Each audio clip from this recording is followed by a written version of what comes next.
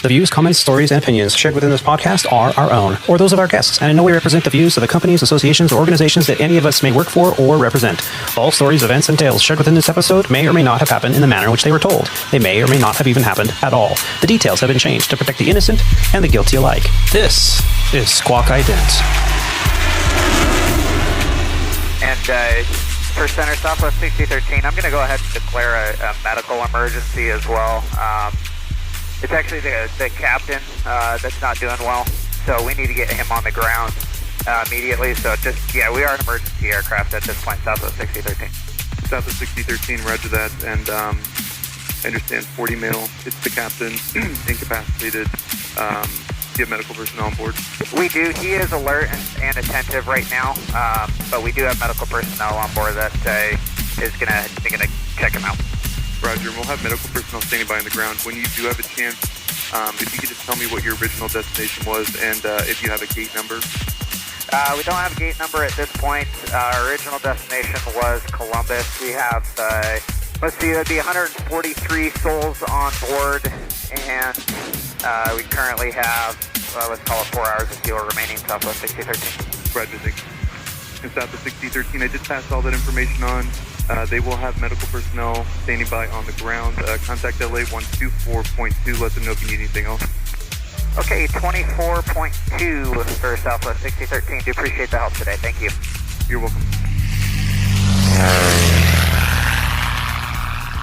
You're listening to Squawk Ident, an aviation podcast that explores the many pathways to an aviation profession, the challenges that a professional aviator can expect in today's marketplace, and we share many stories along the way. I'm your host, Aviator Tony, a professional airline pilot currently flying for a U.S. legacy airline with close to 20 years on the flight line.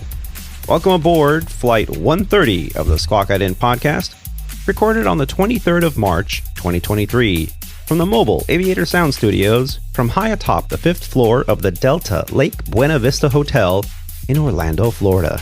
Not even supposed to be here today. On today's flight, I have the honor of being joined by some superb Squawk Ident co-hosts. Captain Roger, Terry S., and Alex D. join me today, and together we will discuss what causes fatigue, the recent emergency safety summit hosted by the FAA, or Federal Aviation Agency, and what we have learned from it. How many close calls are too many? And we also look at joyriding around the boroughs of New York City. We explore Delta Airlines and their latest recruitment efforts with the creation of Propel Flight Academy.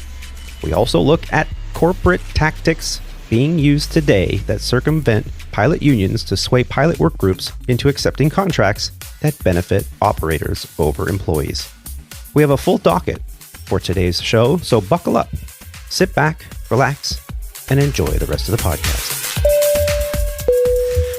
Joining us today is an exceptional aviator and Squawk Ident co-host. He is a professional CFI, IINMEI flight instructor, a former Embraer 145 airline pilot, a King Air instructor, a Dassault Falcon 900EZ, Dassault 900EZ, and 2000 pilot.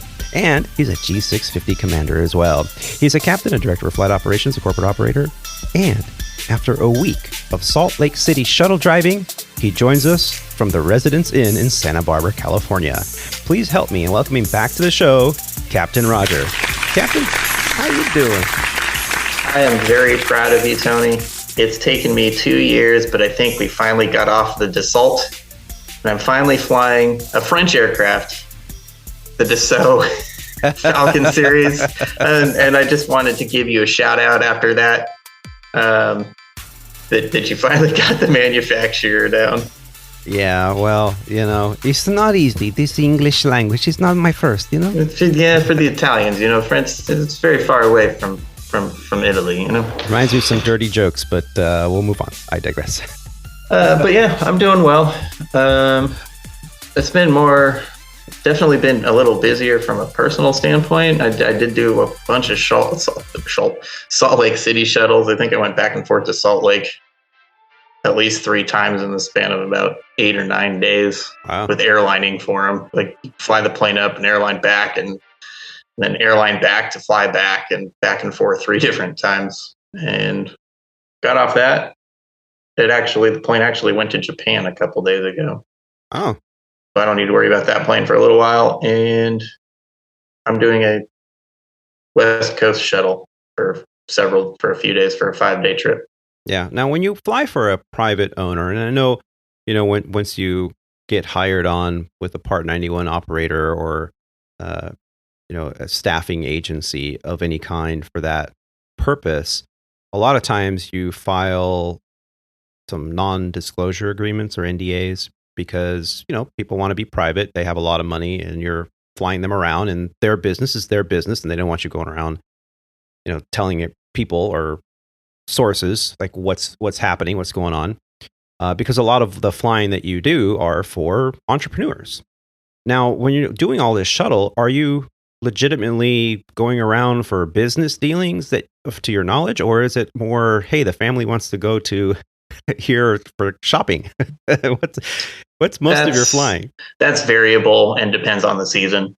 A lot of the stuff that we do is personal. The rest of it, obviously is business. It depends. In our case, some owners are more personal. It's more company. The trip that I'm on is all business related. The Gulfstream is generally more personal related, but there is business involved with that too. So it's a case by case basis. Yes, I do. Almost everyone signs paperwork, and I did. I don't think much about it, and on some of their bigger stuff, they're even protective of it and request that we're not back there. They'll just stop talking. That doesn't happen all that often, but yeah.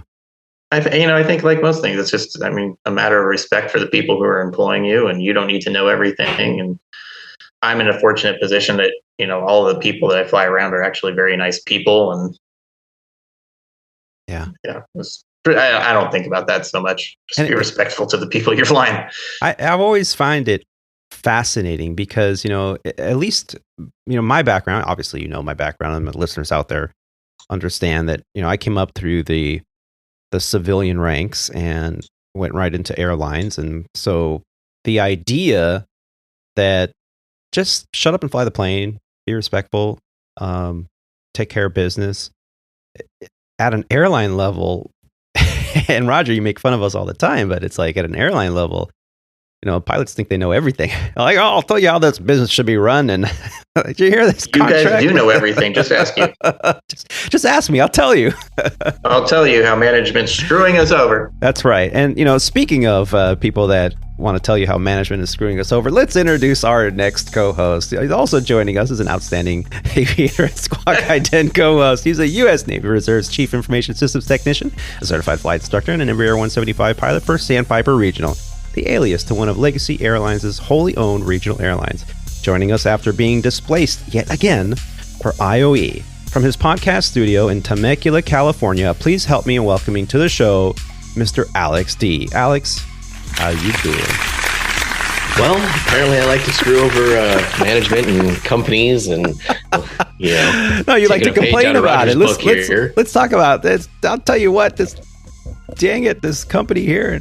Now you're like the rest of us, Alex. You're just like me and everyone else. I am. I'm just a regular guy, just trying to do my job and hang out and fly an airplane. That's it. It's all I really care about at the end of the day. Yeah. And that's, I think, the common thread. You got wings on your shoulders or on your lapel or whatever, and maybe you have epaulets on your shoulders, maybe not. But either way, if you're an aviator in today's market, around the world even, you have a common bond. It's the love of flying. That's why we're doing this podcast. We're talking about the journey of today's aviator and what affects today's aviator in the marketplace. And that's what we're going to be talking about here today. Now, Alex, you've been with the company now, how long? About 8 months? No, I'm over a year now. Did you hit your 1 year mark already? I hit my 1 year mark. I'm off probation. Oh my! is just a testament to how much better airline pilots really are. That somebody that now has an entire year of airline experience under their belt can tell you how to run the entire airline industry. I tip my cap to you, airline guys. The progression is it's that quick. We're giving Alex a really hard time today. You know, Roger, I think I'm going to have a myocardial infraction. The infractions are back. Myocardial infractions. Technical. I'm going to have that while I'm flying my Dassault Falcon. Hey, leave me alone. A myocardial infraction in my Dassault. Well, Alex, you've been flying a pretty good amount. You got a lot going on, and some good news coming our way as well. Do you want to share that? So, my wife and I are going to be out in Texas this weekend, looking at homes because we're going to move up the family homestead from good old sunny California to the Dallas-Fort Worth area.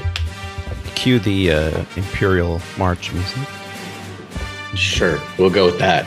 I was going to say if you have like a Yeehaw or a Ride 'em Cowboys or something like that. Yeah, we'll have to throw that in there as well. But no, we're making the move. Going to be by summertime, like June, July is what we're shooting for time-wise to be out there. Yeah. And just make my life and our life so much easier when it comes to quality home time, that like I don't have to spend time commuting. I can, drive home instead of just, hopping on a 3-hour flight, then driving home. Right. And we've always said it ever from the beginning of the show and even before, this job really within the airline job, there are multiple careers. And there's the career of the new hire on reserve, commuting, living in a crash pad. And that career, it's new, it's exciting, it's wonderful, but it also is very stressful and tiring and fatiguing. But because it's new, you kind of put up with all that. As you get more senior in this career field, you realize that commuting sucks, right? And being on reserve sucks. So then, okay, maybe you're a line pilot that can commute, or you're a line pilot that doesn't have to commute. Now, the line pilot that doesn't have to commute, that's like the top echelon career side of this industry. You can, I waited a long time, almost 20 years to say that, hey, I see my airplane coming in from my front yard. I better head on over to the airport. And that's the situation I'm in. I'm in the most high quality of life that I've ever had in this career. I'm not commuting. You've been commuting from the beginning. You paid your dues, and I'm sure that is going to play a role in your attitude moving forward. The attitude of gratitude, if I can borrow a term from a young lady on the television. Your commuting, it sucks, but it also gives you a perspective of an appreciation. Oh, yeah. No, I definitely, I missed the bus on the sitting reserve for a long period of time. I was only on reserve a month, so I can't, speak for that. But I do know, and I experienced the pains of the commuting life, and it wears on you, especially when you've got to bid your trips around, can I commute in, day of, or can I commute out day of? And like next month is beautiful. I don't know how I got this, but I got my first choice of line next month. Wow. So we have an app, it's called Quick Bid, that we use to sort kind of like a PBS style of what days you want, or trips. I want late starts, or I want this, or I want that. And I was able to, all I did was just put late start times and high pay. Mm-hmm. And I got my number one choice of line. So all my trips are commutable. I don't have to worry about commuting in day of. And then I've got 3 days off in between trips. So nice. I have no complaints. So even if my trips run long and I have to stay an extra day, like I'm now not having to worry about, now I've only got 2 days off, that's a day and a half now. And now I got to commute back. And now I've only got this. Now it's like, okay, well, if I have to commute back the next day, then, well, I've got another 2 days off and I can wash, rinse, repeat the same process. Yeah. Yeah, it does make a big difference in the quality of life, for sure. Oh, I'm looking forward to it. Yeah. Well, we have some big news today. As we mentioned in the previous podcast, we have invited a dear friend of ours and a dear friend of the show, newest member of the Merry Bunch. He is a retired U.S. Army colonel and former Black Hawk Battalion commander. His journey has led him to operate Apaches, Black Hawks, C-12s, UC-35s. He has a master's degree in management and strategic studies. He is a former Embraer 145 pilot and currently a Boeing 737 pilot for Transglobal. The name we use here on the show is an alias to his employer, a U.S. mainline carrier. Joining us from his home studio in Northern Virginia, help us in welcoming our very own Terry S. Terry, how you doing?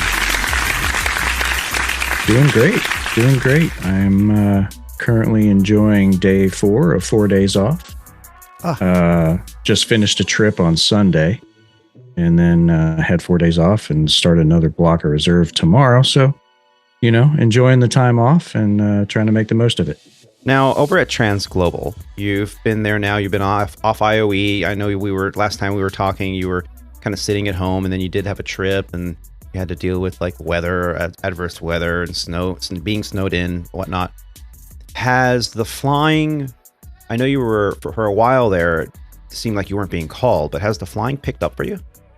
Well, yeah. So I wasn't being called very much at all. I went after IOE. I went almost a month without flying, and then after that next trip, I went about 3 weeks without flying. And after that next trip, I went about 2 weeks without flying. So it's steadily getting better. This last trip I flew, I was able to aggressively pick up a 3-day. Mm-hmm. So the day prior to your block, you can try to go in and pick up anything that's sitting in open time, and hope that a line holder doesn't steal it from you. And so I flew that trip, finished on Sunday. I got 2 more blocks of reserve this month. And then actually for April, I've got a line. So I'm pretty excited about that. So how long did it take? You were on the line after IOE to the point where you can hold the line. How many months was that? About 3 months, 3 months of reserve. And then now I'm able to hold a line. Nice. And now is the line, now you're basically in base, right? Yeah, I live in base. I live 25 minutes from the airport. So, are you co-domiciled there? Yeah, we cover all 3 of the DC airports. So, it's you may have to drive. In fact, I think my last trip in April's out of Baltimore. So, that's a little bit further of a drive for me. But yeah, it's really not bad. I know it in advance. I can prepare for it, and it's all good. So looking forward to it, except I think the last 3 trips of the month all finish with West Coast red eyes. So yeah, well, you're in good company there, my friend. Yeah. Part of the reason I'm bidding Ontario is so that I can avoid, I was doing nothing but Hawaii for years. And, it's great, but with my seniority, all the early Hawaii stuff goes relatively senior. So I usually would pick up that red eye coming back from Hawaii. You landed at LAX at 6 a.m. So I feel your pain. That drive home for me was like an hour and a half in traffic, doing touch and goes with my head, kind of trying to stay awake. And I knew that something was going to give. So why not? Ontario flying's not as exciting, but hey, 5 minutes from the house, you can't beat that. You got kind of the best of both worlds with the 5 minutes, 20 minutes, depending on where you're going. But so you got IAD, DCA, and BWI airports that you cover. That's correct. Pretty exciting stuff, man. And are you finally settled into your nest? I think so. It's things have smoothed out over the last couple of trips. So I think things are good. Yeah. Now, when I was a young lad and I took a motorcycle training course, and I had purchased a motorcycle. I think I was 17 years old, 18 years old, and I wanted to be safe, and I wanted to be able to pass the DMV test without any issues. So I took this motorcycle safety course, and in there, I'll never forget, the instructor said, "Look, doesn't matter if you've been riding motorcycles for 6 months, 6 years, or 20 years plus. The first 300 miles on a new bike are going to be the most critical, and they recommend not having any passengers for those first 300 miles on a new bike because every bike is going to handle a little differently. You're going to get comfortable with it. And then once you get into that comfort zone, the safety margins go way up. With airplanes, I believe it's very similar. So every time you get a new type rating, you're sitting in a new flight deck. For the first, I'd say probably 300 hours of flight time, you're still kind of building your nest. You know where you like your notebook and your pen and your tablet situated and where you want to hang the headset and the wires and everything's kind of, you're getting the feel of everything, not to mention the feel of the airplane and where all the levers are and getting that muscle memory intact so that you don't even have to look. You can just kind of put your hand 99% in the right place before manipulating anything. So that nest building time is very important. That's what I mean by building your nest. So for listeners out there, if you're like, what's Tony talking about? That's it. Well, Terry, I just want to say welcome to the show. Really happy that you've agreed to join us, and we look forward to having you on all our future chats. Yeah, I appreciate it. I'm glad to be here. Now, a lot of what we're talking about lately is fatigue, right? And what is fatigue? According to the International Civil Aviation Organization, or ICAO, fatigue is a psychological state of reduced mental or physical performance capability resulting from sleep loss or extended wakefulness, circadian phase, or workload. The phenomenon places great risk on the crew and passengers of an airplane because it significantly increases the chance of pilot error. Fatigue is particularly prevalent among pilots because of unpredictable work hours, long duty periods, circadian disruption, and insufficient sleep. These factors can occur together to produce a combination of sleep deprivation, circadian rhythm effects, and time on task fatigue. Regulators attempt to mitigate fatigue by limiting the number of hours pilots are allowed to fly over varied periods of time. Now, we've all dealt with this at some point. Any pilot that is a professional pilot, that is out on the line, that is employed, will deal with fatigue. And not just pilots. It really affects all aspects of an airline or aviation sector of operations. Flight operations often take place at night. We just talked about red eyes, circadian rhythm disruption, time zone changes, right? So this all can disrupt the circadian rhythm responsible for monitoring sleep and wake cycles. We have also discussed schedule optimization in the past and how it has increased the risk of fatigue. And I know over at Legacy, we're dealing with something called, so what's it, schedule optimization? This is where crew scheduling builds these monthly flight schedules or the sequential weekly sequences to be more productive. So instead of doing 2 legs in a day, maybe 3 at the most, with like 14, 15, 17-hour layovers, 20-hour layovers, sometimes even 24-hour layovers. Now, that all because of the demand on the system, the increased flying that's being scheduled with not enough pilots and flight attendants and rampers and gate agents and fuelers and go on and on and on. Because of that, we need to optimize the schedule. So the schedule optimizer is a program that the company has paid, I don't know how much, millions of dollars for. And it's trying to make the schedule as efficient as possible. But as you know, when you stack the cards to build your house, all it takes is one card for the whole stack to fall. So what's happening is we are getting pushed to our limits as pilots. We have been seeing the effects of this all over the world, and especially in our country over the last few months. Now, calling out fatigue is a right in Part 121 operations or airline operations. It is a right. It is a non-punitive thing.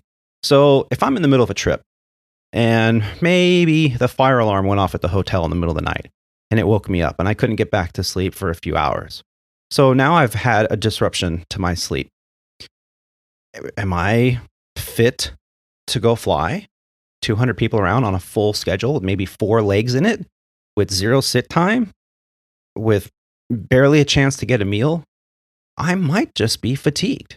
Now, fatigue is something we all know about, but do we actually know how to use it? How to call out fatigue? What's required if we call out fatigue?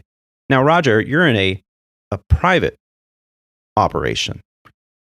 Is there a need for fatigue to be even an issue with you? Have any of your pilots ever said, hey, man, I'm just too tired to move on? Or, I mean, we've talked about this a little bit in the past, that because of the operation, you guys can like take 30 winks over there while the other person's paying attention, which I'm a big supporter of. Do you ever have the need to call out fatigue to your employer or anything like that? Not really. Fatigue's, I'm a big believer that there's a lot of gray areas in life, and this is just another one. In our operation specifically, there's not a lot of, like, we don't get pushed by the owners to that degree. There have been a couple times that it does become an issue.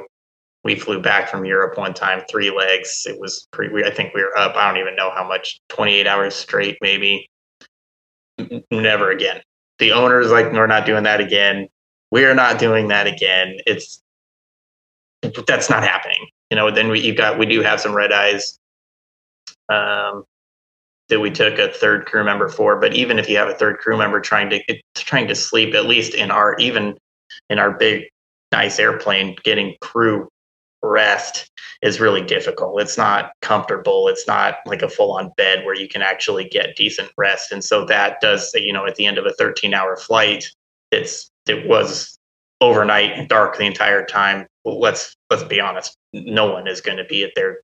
You're tired and you're fatigued, and then trying to kind of get your bearings around you after you get to the hotel is what just happened. So it definitely does happen. Not nearly to the degree that the 121 airlines deal with it, especially because you guys are dealing with red eyes.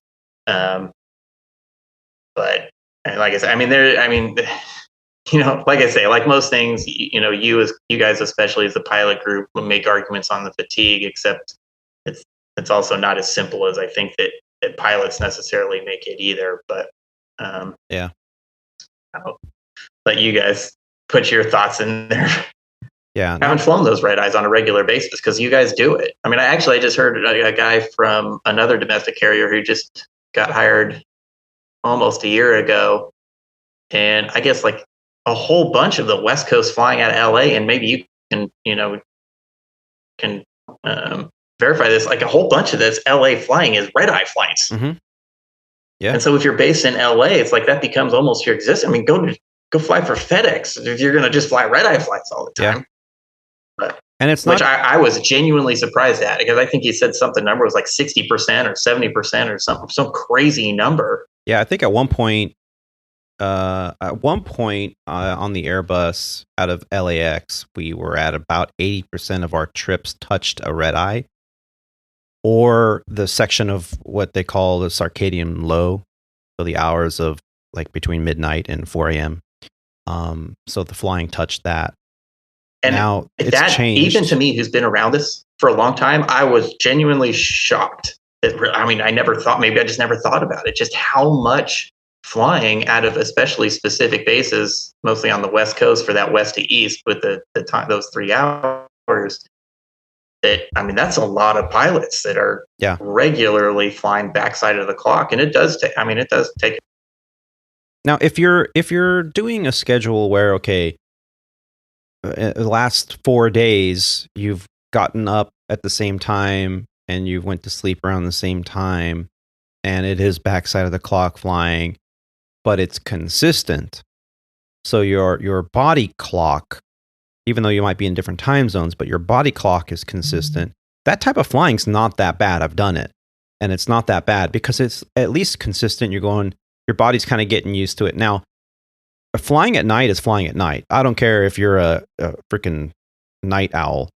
It plays a toll on the body, not having the sunshine, not having the way we were designed to operate as human beings in daylight. And so if it's consistent, it's not that bad. But with this optimization of schedules, what often happens is you'll start out like late at night and you'll land, at maybe 6 a.m. in East Coast time, which is 3 p.m. or 3 a.m. LA time. So that's just like, hey, you stayed up late one night, you went out to the club, whatever. Okay, so fine. You get to sleep, and then you're trying to sleep during the day. Hopefully, you've taken all the techniques that you've learned either by listening to this podcast or by other people or other podcasts that, you learn how to darken your room, how to cool it down, doing all the techniques you can to actually get your rest, quality sleep. And then, okay, so you get up and then you go and fly kind of late, but then where the night before you were waking up to go fly, now you're kind of going to bed around that time because now you've gotten up and you flew a leg or two, and now you're back in bed getting your rest, but now it's at your body clock's all messed up. Those are the trips that are the most fatiguing. And a common mistake that some people make is go, well, I feel fine now, but by the end of the day, I'm going to be fatigued, so I'm just going to call it fatigue. That's not how it works. Preemptive fatigue calls is not good. That's not a thing. And a lot of times, those kind of things might be denied. It all depends on how you word it in your report. When you call out fatigue at an airline, at least at our airline, you're required to fill out 2 reports, one for the company and one for the FAA, a fatigue risk management report. So they get it, and they look for trends. The company wants to know it also for trends because they want to go, hey, the way we're doing this is not working. All these pilots are calling out fatigued, and we need to change this. Can't have these schedules this way because it's going to create a trend that might turn into an incident or accident. We'll be talking about those here in a little bit. Now, Terry, you've been out on the line now for months. This is a little bit different from military flying. However, you did spend quite some time at a regional carrier back in the day. Have you ever had the chance to call out fatigue or been in a situation where you should have called out fatigue? I'll say I have not actually called out fatigued. Not really been in the situation where I've needed to. I have done some backside of the clock flying. I flew a couple red eyes. Let's see, I think on IOE I flew one, and then on a subsequent trip I flew one. And they're rough. I mean, especially when it's the last leg of your trip and you're going from the West Coast to the East Coast, and you want to get home. It's go home leg. You want to get home, but at the same time, you've been flying daytime or afternoon, evening flights the whole trip, and then all of a sudden you're flying a red eye home. I haven't had the opportunity to call out fatigue. I haven't needed to yet, but I know some folks who have, and at Transglobal, it seems to be a pretty transparent process. It ends up, I'm not 100% schooled up on the process yet, but basically the report goes to the I believe there's an event review committee.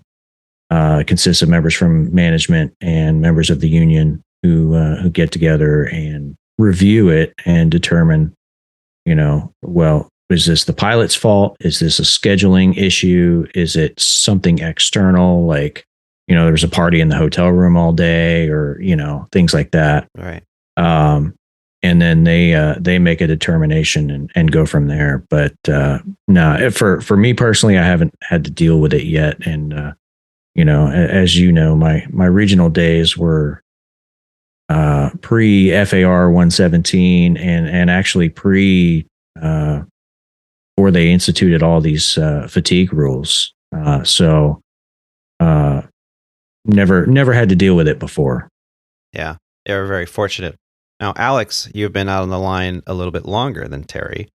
Congratulations on your 1-year anniversary being off probation.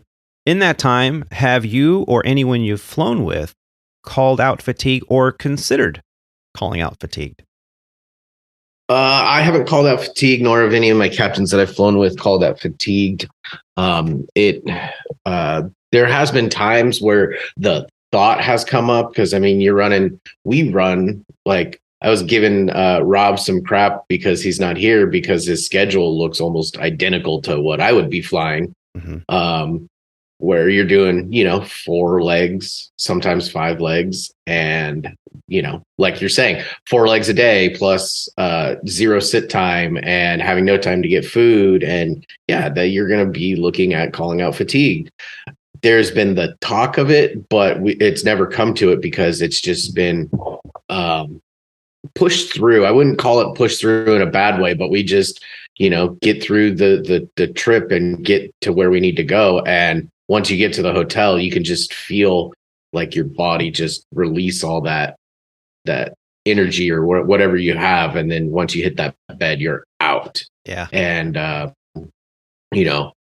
I like Terry in the military, where we would run ourselves ragged. Like, I would be on ship, 12-hour shifts, 12 on, 12 off. And, once you get accustomed to being on the backside of the clock, it becomes easy.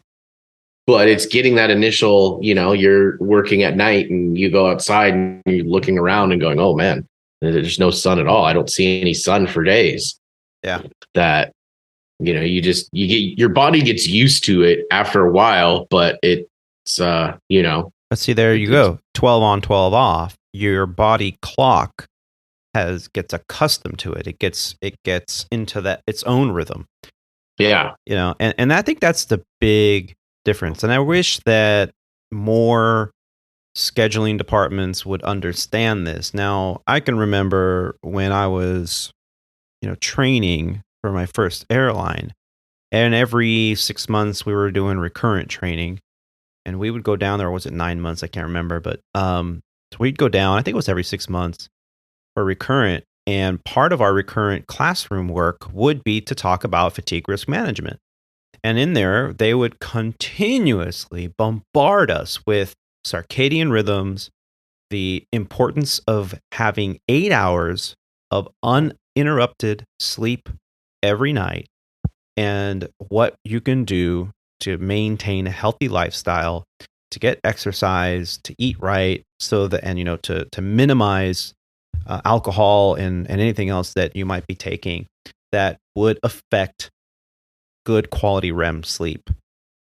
And yet here we are, not more than a decade later, and every airline pilot that I know across the board, at all the airlines out there, they all complain about the same thing, that circadian rhythm is out the window. I guess that's not important anymore, is a common comment that I hear.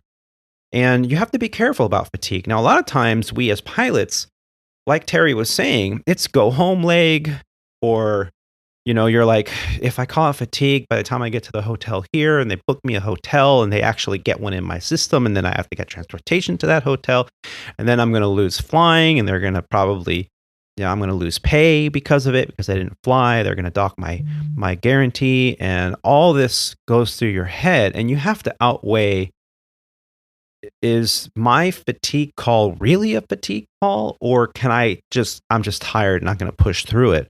There are those that argue that there is no difference between the two. And I know pilots that they'll call out fatigue faster than, you can even have a second thought. They're like, nope, I'm done. I'm fatigued. I'm out. And a lot of times pilots and flight attendants alike will look at you and go, are you sure you're not fatigued? I don't want to go. Can you call it fatigue?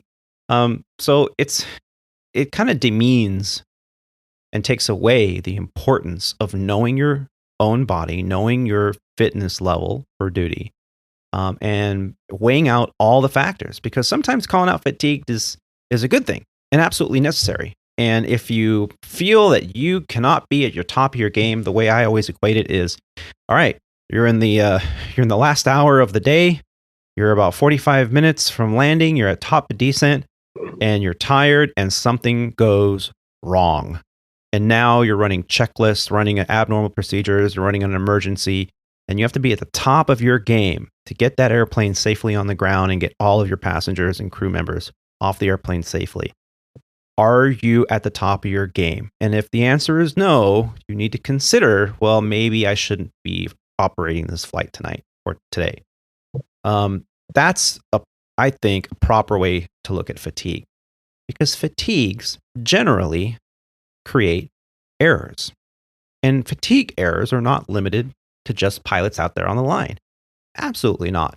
Lifestyle, work schedules, personal schedules, new streamlined training techniques, and the increased demand to be productive both socially and professionally all play a factor in limiting sleep and more so quality of sleep. The FAA has recognized the need to discuss the recent string of errors out there on the flight line by calling for an emergency safety summit. And unless you've been under a rock, everybody's been talking about this, at least out in the industry. The FAA finally, after 14 years, held an emergency safety summit where more than 200 safety leaders from across the aviation industry met in specific breakout sessions on March 12, 2023, to discuss ways to enhance flight safety as part of the FAA's Aviation Safety Summit in McLean, Virginia. What they discussed were experiences, retirements, pandemic effects, the flight deck distractions, airport infrastructure, technology, and managing air traffic control system that is reaching its absolute limit. I took an opportunity and I listened online. I'll put a link in the show notes to the FAA Safety Summit. It's available, the whole thing in its entirety, unedited, on the YouTubes, and I will put a link there. Now, whoever they hired to mic up this panel, oh my God. I mean, as a podcaster and an audio enthusiast, I was pulling my hair out. It's a government-sponsored event, lowest bidder. I think it was like some high school kids or something. I don't even think it was a professional. If so, it was community service so that they could graduate high school. Yeah, and at that I absolutely would believe. But I have a little bit of it. I'm going to play a little bit, parts of it, and then we'll discuss. So, gentlemen, bear with me. But while you're pulling that up, Tony, you said something, and I want to touch on it. Oh. And Roger said something too that I completely agree with. Is the experts say that you need X amount of hours of sleep per night, but nobody knows your body better than you. Yeah. And it's a gray area when it comes to fatigue and what you could deem as a restful night's sleep of, say, 8 hours of sleep. I could get in 5 and be completely fine. True. Or vice versa. And what Roger was saying, there's a huge gray area to this, because that's exactly it. Everybody, all 4 of us here probably have a different of what's considered a restful night's sleep. Mm-hmm. Yeah. So I just wanted to mention. I think my problem with fatigue is a lot of times in my experience, like there are times where fatigue calls are necessary. Don't get me wrong. But from a generalization standpoint, it has appeared to me that fatigue calls are used for a personal advantage and not necessarily because it's a safety of flight issue. Yeah. It's going so far as I'm merely calling in fatigue because I'm tired and they've messed with my schedule and I'm fatigued and they don't have enough pilots. So I'm basically doing this to screw the company over, to teach the company a lesson, because I have heard that a lot. Yeah. As have I. And that's why I have issues with, like, while yes, fatigue is real. I do not dispute that one bit. Anytime you give large groups of people in any industry, whether it's, aviation or anything else, it's taken advantage of, except those advantages they're used more than what it's actually, the greater proportion is used for personal gain than it is for the actual intended purpose. Like if you're going to fly back, I'll kind of use you as an example, and I'll make it a little bit, exaggerated, but let's say you flew a red eye back from Hawaii and you flew Hawaii back to LA and you landed and crew scheduling called you up and it said, you know what, we're really in a pinch. I need you to fly from Phoenix to Vegas now. It's going to be an hour long flight, or Phoenix to Vegas, or I mean, LA to Vegas, LA to Phoenix, either one of those works. Yeah. 45-minute flight. And what is your response? I mean, first of all, I doubt that your company ever does that. Any company does that because they know that red eyes, what happens. Oh. But do they? Oh, we'll talk about it. Go ahead, finish your thought. But then, okay, so people are going to go throw their arms up and go, like, you're crazy. Except how many times have you flown back and now you're going to drive yourself from LA to Ontario in 2 hours or 3 hours of traffic? But are you going to do that? Are you too fatigued for that? Well, no, I'll drive for 2 hours because that's fine, but I won't fly a 45-minute flight because I'm fatigued. But it's a self-serving thing. Now, you're kind of laughing because apparently airlines do try and make you do that, which I do not condone. Don't get me wrong. But I'm just saying that it becomes a self-serving thing that I'm fine. I'm not fatigued enough to get myself home because that will serve myself. But I won't help the company out if they make me fly a 45-minute flight. You can't have it both ways, but that's what human beings, not just pilots in this case, this isn't an airline or, corporate or anything. That's a human nature, is that we are selfish. And that's where that's gray stuff comes in, because it always seems to go back to what's best for me, or how can I, flip the bird to the company because they changed my schedule too many times. It's their fault. Yeah. And you can't control that. There's no way to control that. And yes, in my experience, I in the intro, I say, close to 20 years on the flight line. Actually, it's more than 20 years now. I need to change that.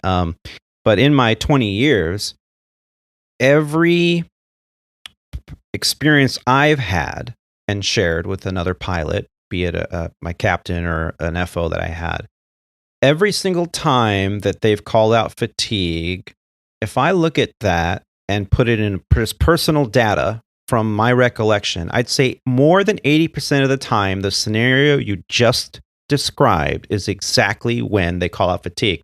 Well, I wasn't scheduled to do that, and I'm not going to do that, and I'm going to call out fatigue. Now, I've called in fatigued one time that I've had to in my career, and it was a previous airline, and it was before FAR 117, and the scenario was a lot like what you described, Roger. We had day one, it was 3 legs of flying. It was a heavy day. And then we had an 8-hour min rest layover in Miami. Okay, so 8 hours in Miami is not a lot, because anyone that has flown into Miami for a layover knows that by the time you get to the curb, there's 20 to 30 minutes. By the time you wait for an airport shuttle, there's 20 to 30 minutes. Now that shuttle needs to get you through Miami traffic to the hotel. There could be another 15 to 20 minutes. Oh, without an 8-hour pre-117 in Miami, I mean, that's like 5 hours of sleep. Maybe. Okay. So the next day, day 2, we were supposed to do Miami to Tallahassee and back. It's a short day, early in the morning. We were going to be done by noon, and then we were going to have like a 20-hour layover down at the Sherry, right, on the beach. And we're like, yeah, no problem. Take a nap. And then we can like hang out at the pool or on the beach and go for lunch, get a nice dinner, maybe even grab some adult beverages. And then you're like, okay, everything's good in the world, right? But what happened to us is when we took off out of Tallahassee, we're out en route to Miami, relatively short flight. As soon as we reached top of climb, we got a message from company going, hey, actually it was our dispatcher who sent us an ACARS message that, hey, just a heads up, crew scheduling is going to be getting a hold of you when you land in Miami. They want you to fly an airplane to Savannah, and then from Savannah to JFK, and then from JFK, surface Tran to LaGuardia for your layover. And we're looking at it, and we're doing the math, and we're like, this is back when 8 hours was the absolute maximum, right? And we're looking at it going, first off, we just came off an 8-hour layover, which is really 5 hours of sleep, maybe. And now you want us to fly not 2, but 4 legs with surface Tran, and it was going to be over 8 hours of flying. And we said, this is not even legal. And when we landed and called crew scheduling to say, what's going on? They say, well, we put it on you right after you took off out of Miami, so that overblock you did doesn't count. Legal to start, legal to finish. And the captain goes, listen, we'll fly it to Savannah. That gives you plenty of time to deadhead somebody else in and figure it out the rest. But we're not going into New York airspace this tired, and then it's snowing over there. I mean, are you kidding me? This we don't have that much juice in our batteries. Do you understand? the crew scheduler goes, well, you can call out fatigue, but either you have to do it or it's a no show or miss assignment. And the captain looks at me and I give him a thumbs up and I'm like, let's fatigue it, and he's like, sorry, we're fatigued. This is ridiculous. And it was absolutely ridiculous. So we called out fatigue. It was my one and only time that I felt it necessary to call out fatigue. We ended up going to the hotel. We both crashed, fell asleep. And like I said, later on in that evening, had dinner together and kind of talked about how ridiculous that was for us to have to be pushed to that limit. Now, you mentioned, that scenario, but that's not always the case. And yes, people do use it as a personal weapon, for a lack of a better word, sometimes. And there's nothing you can do about that. People are going to be people. But on 6th of March, I was on a trip, day 2, scheduled. Well, let's start with day 1. Day 1 was 7:30 departure out of Los Angeles to Honolulu. Landed Honolulu at 11:30 a.m. their time. The next day, it was a 6:52 a.m. departure out of Honolulu. We landed in Los Angeles at 2:11 p.m. We had a sit for 3 hours, and we left Los Angeles at 6:04 p.m. and we flew to San Antonio, Texas, and landed in San Antonio, Texas at 10:44 p.m. Texas time. Now, this trip was legal. It was legal because the legal limit was 14 hours of duty and 9 hours of flight time. Our duty time came out to 13 hours and 12 minutes. So we were legal by 47 minutes, 48 minutes. So we could have played a game. We could have delayed a flight here. We could have found a maintenance issue with the airplane. But we didn't do that. Now, the captain that I was flying with on that trip said to me, yeah, man, last week I couldn't get any sleep and I ended up flying. As soon as we landed in LA, I was just too tired. I ended up calling out fatigue last week. And I said, oh, you did? And he's like, yeah. Like, people should be calling out fatigue, he said to me, because otherwise the company's going to keep scheduling this shit. And I'm like, yeah. I'm like, is that something you want to do this week? You want to call out fatigued? Again, to prove a point, right? And he's like, well, let's just kind of play it by ear. So in the process of flying together, I told him how weeks earlier I had an issue where we had a delay and I got removed, but then I got put on what's called a recovery obligation. And because the trip touched Hawaii, it's considered international, and the company can actually schedule you up to 30 hours past your original finish time. So if you're finished on Monday morning at 6 a.m., they actually can schedule you all the way through Thursday afternoon or Monday, Tuesday afternoon. And I'm like, that's going to happen if we call it fatigue, right? They'll take us off this trip, but then we're going to be going into our day off. I mean, it's a possibility, right? It's not a guarantee, but it's a possibility. And he looks at me and he goes, oh, gosh, you're right. You're right. I didn't think of that. I'm like, but if you're too tired, I mean, I'm going to make my assessment. I'll do the 3-hour sit. And at the end of the 3-hour sit, I'll make an assessment. And we ended up flying it. We did not call out fatigue because then what's going through your mind? Well, I got 200 people in the back that want to get to San Antonio, and the flight attendants, they're on a schedule too. They want to complete their schedule if at all possible without any hangups. I don't want to delay stuff, but how am I feeling? Am I going to make it? Am I going to go to San Antonio at top of descent and have an engine failure potentially happen and then be at the top of my game? And before we signed fit for duty inside the flight deck while we were doing our pre-flight flow, I looked at him and I went, are you fit? He goes, yeah, I'm fit. I'm like, okay, me too. So we did not call out fatigue, but that was scheduled that way. And that, I think it's taking advantage. Just because it's legal doesn't mean it's safe.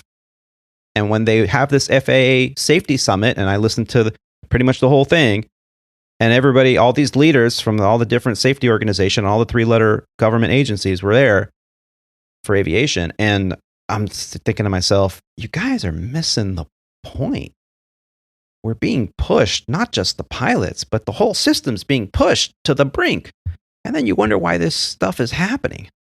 I went on and on, didn't I? No, but it's necessary. Like it's good to talk about that. Like the schedule optimization, everything that the airlines are doing to push us to get us to basically maximize our on duty period is pushing us to the limits, and something's got to give. And these little snippets of what's been happening in the industry of like the runway incursions here, the planes getting too close on short final there, like everything that's happening is something's going to happen. It's all these little waves are going to happen and create a big event. Some airliner going to crash, and then everyone's going to be like, oh, well, fatigue was the issue. Why didn't we talk about that? Well, let's talk about it now before it becomes an issue. Yeah. And that's what I wanted to play. Before I play some of that audio from the Safety Summit itself, ABC News and all the other news agencies, but ABC News did a really, I think, a good job. They have let's see what this is, about 3 minutes of a report that kind of overviews everything that's been happening. It's not 100% complete, but guess what? Another near miss incident has happened since the FAA Safety Summit. Now, let me just play this clip from ABC News, and then we'll move on. This morning, another close call between two planes is under investigation. The FAA says a Republic Airways flight crossed the wrong runway at Reagan National Airport after a United flight had been cleared to take off from that same runway. Air traffic control is heard alerting the United pilot. Oh, you're not 2-3. Kansas takeoff clearance. Boarding takeoff. That makes at least 7 close calls this year alone, including one at New York's JFK Airport, where a Delta pilot had to slam on the brakes after an American Airlines plane crossed the wrong runway. Delta 1943, cancel takeoff clearance. Delta 1943, cancel takeoff clearance. Rejecting. All right, then. Some analysts say these cases show the industry can't keep up with the post-pandemic travel boom. Staffing will be one issue of discussion at the FAA Safety Summit today, being attended by leaders across the industry. How concerned are you? I'm very concerned. We watch these things very closely. If you look at the last decade or so, you would see between 10 and 20 times a year typically that this would happen. This year, we're on track to have more than 20, and even one is one that I would not like to see happen. The head of the FAA says today's summit is focusing on warning signs and how to make things safer. Pete Buttigieg there, the transportation secretary of the United States government, discussing what's going on with the transportation industry and all these near misses and incidents that have happened, close call effects, that even, like he said, even one is one too many. Now, the Safety Summit has come and gone, and Pete opened it up with some remarks. Forgive the audio here. I'll play just a little bit of the audio, but like I said, pretty junior event here for the audio people. But here we go. Take notes, guys. There'll be a test later. I want to start by acknowledging and thanking our FAA Acting Administrator, Billy Nolan, for your tremendous work and for bringing us together. Billy.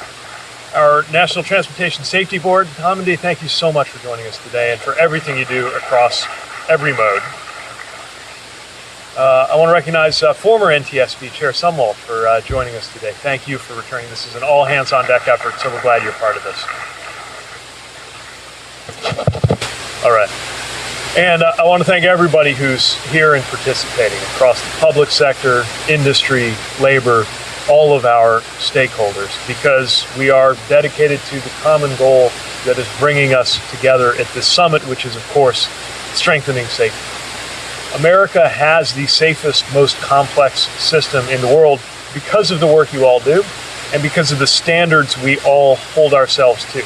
We never settle, and when we see an issue, we move swiftly, and we find ways to move together. That's why we've asked everybody to come here today. Now, I'm not going to play the whole thing, but as you can see, the audio is a little bit messed up. It does get a little bit better here. But yeah, Pete, he comes and he introduces everyone and he talks about safety and how important safety is And it's one thing he said that kind of caught my ear, and I kind of appreciated it, and that's this. As our aviation system evolves, are our current systems adequate for the most important part of the aviation system, which is our people, and what needs to be adapted or enhanced? And beyond aviation, can we learn from other high-stakes industries whose workforces have also gone through dramatic changes during the pandemic? So today's summit is going to be the first in a series of coordinated events and actions, all part of the call to action that we put out last month. That includes an aviation safety info share meeting at the end of the month and a CAST meeting on April 6th, all of which will inform the work of our new safety review team. Aviation has to be about safety first and moving people and goods within that safety first framework. That's how we keep U.S. aviation's place as the safest, most complex system in the world. And it's how we maintain this extraordinary fact, which is that a mode of transportation that consists of propelling millions of passengers, dozens or hundreds at a time, through the skies in a metal tube at nearly the speed of sound several miles above the earth is also somehow the safest mode of transportation that we know. That is what we marvel at, but also what we dare not take for granted. Now, we've all heard this, right? I fly big hollow metal tubes at close to the speed of sound, miles below the earth, right? It's like the best pickup line in a bar, by the way. Make sure you write that down. And so he's talking about how, safety has to be our number one concern. And he does a lot of fluff in his introduction. But I do appreciate what Pete Buttigieg is doing. Because if you ask any aviator out there, who was the transportation secretary before him, most of them will not be able to answer that. But today, if you ask anyone who is the transportation secretary, almost everyone can say, well, that's that Pete Buttigieg guy from Wisconsin or something like that, right? So, I applaud the exposure that he is getting out there. Now, is part of that because of the incidences that have happened? Maybe, but he's getting out there. He is in the media almost every day talking about all the transportation issues we're having in the country, not just aviation, railway as well. So I applaud him for that, regardless of what you might think of his political standing or opinions. Also, we've talked about Billy Nolan on this podcast. He is currently the acting FAA administrator. Now, Billy had a few interesting things to say as well. Well, good morning. Thank you, Secretary Buttigieg, for not only for your interest, but for your leadership. And thanks to all of you for being here. I am pleased to see so many familiar faces in the audience and to know that you are taking time to join us today for this safety summit. When I called this gathering several weeks ago, it was because we had seen, as the Secretary mentioned, an uptick in incidents across the aviation system. In the intervening time, we've experienced additional incidents, including events on runways, terminal ramp areas, and even unruly passenger incidents that continue to defy logic. I think I speak for all of us when I say that, and certainly the traveling public, that these events are concerning. They are not what we've come to expect during a time of unprecedented safety in the U.S. air transportation system. The question is, what do they mean? Many years ago, while I was learning to fly, one of the first lessons my first instructor taught me was to listen to the aircraft. What's it telling you? That was a very important lesson that had stood with me throughout my entire career. And today, that's what we're here to find out. What is the system telling us? As a safety community, we must pay attention to the events of recent months and what the system is trying to tell us. I'm honored to be joined in this plenary session by former National Transportation Safety Board Chair Robert Zumwalt, who will help us facilitate a conversation among our panelists that I will hope will help us frame our thinking. Now, he goes on and talks a little bit more about introducing everyone and what they have to say. And he also said this.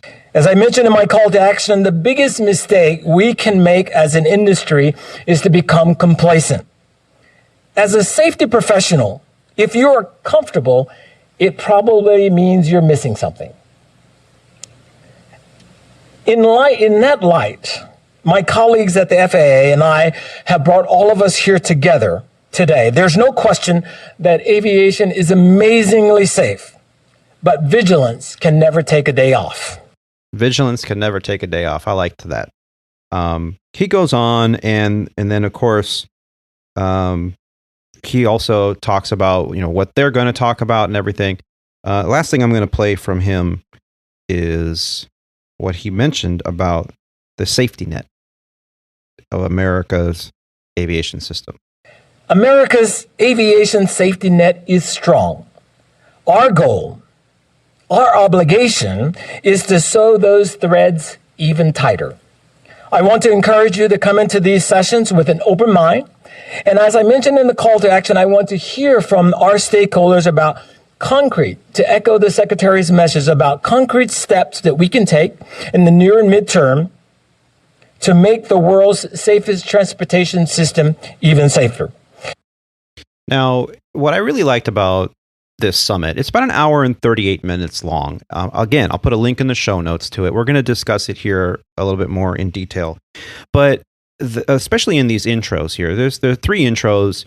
We had Secretary Pete, we have Billy, and we also have the NTSB Safety Board chair that comes up and gives an introduction before the panel comes on stage.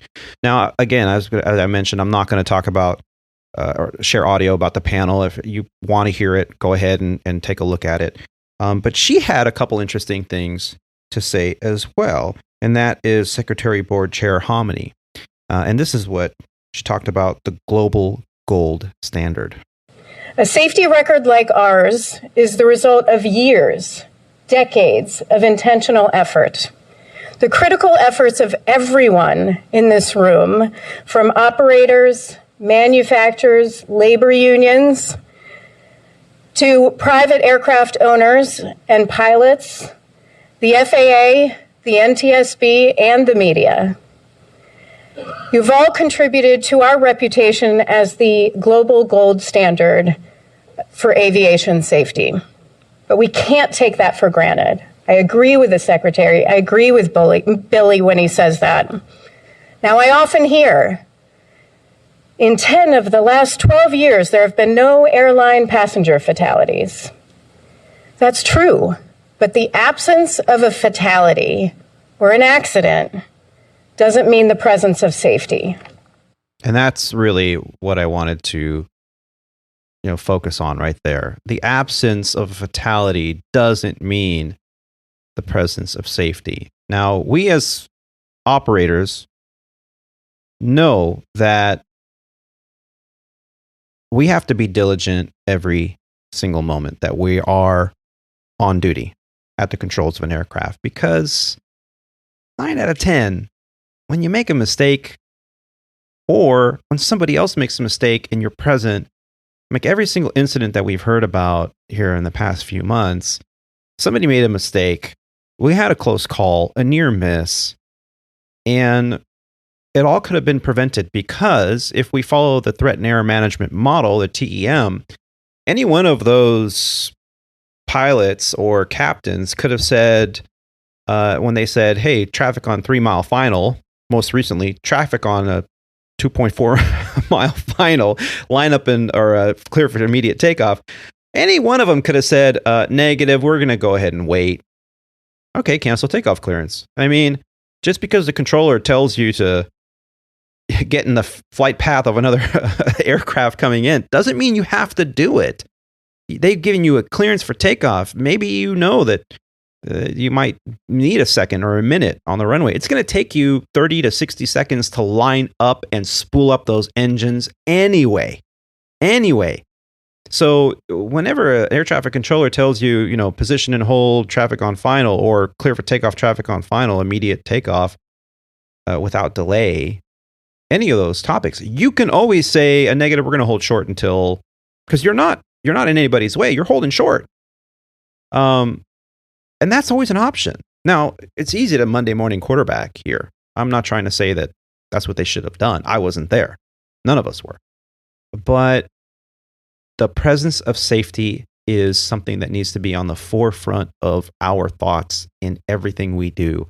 Not just us, but those around us. If your FO is doing something that is potentially unsafe or will lead you down a path that is unsafe, what are you going to do? You're not going to sit there and go, well, I saw you, not call for gear, but hey, I figured let's see how hard it would be to taxi this airplane with the gear up. I mean, that's never going to happen. You're going to say something, or see something, do something. So why would you allow an outside force like air traffic control or scheduling or dispatch or your passengers or your flight attendants? Why would you let them have an action that would cause you down this road of unsafe actions? So got to be aware. You got to be alert. Got to be awake. Got to be at the top of your game. Now, Roger, this is not something that you would normally spend your precious time, looking into and diving into and discussing. But obviously, you're a heavy reader and you've seen all these particular instances in the news. What are your thoughts on this Aviation Safety Summit? Do you think it's all smoke and mirrors? I think it's all smoke and mirrors. No, it's not all smoke and mirrors. And I think that there is no doubt that the first few months of 2023, and I don't actually remember when these quote unquote near misses started, if it was the end of 2022, but there is no doubt within the past 6 months or however long it's been that there has been a rather noticeable uptick in incidents. Now that's not just air travel. I mean, we have rail travel as well that you briefly touched on, like that there's been multiple derailments. I don't know anything about that industry. How do multiple trains come off rails? It's fixed. But and so I think that I do think that it is appropriate of them and for them to call this safety summit or whatever they wanted to call it. However, at the same time, I am also guessing that the amount of things that they could actually accomplish or discuss at that meeting would be pretty limited at this point because we don't have the information. Why did these things happen? That's what we need to kind of figure out in my mind. And I think that,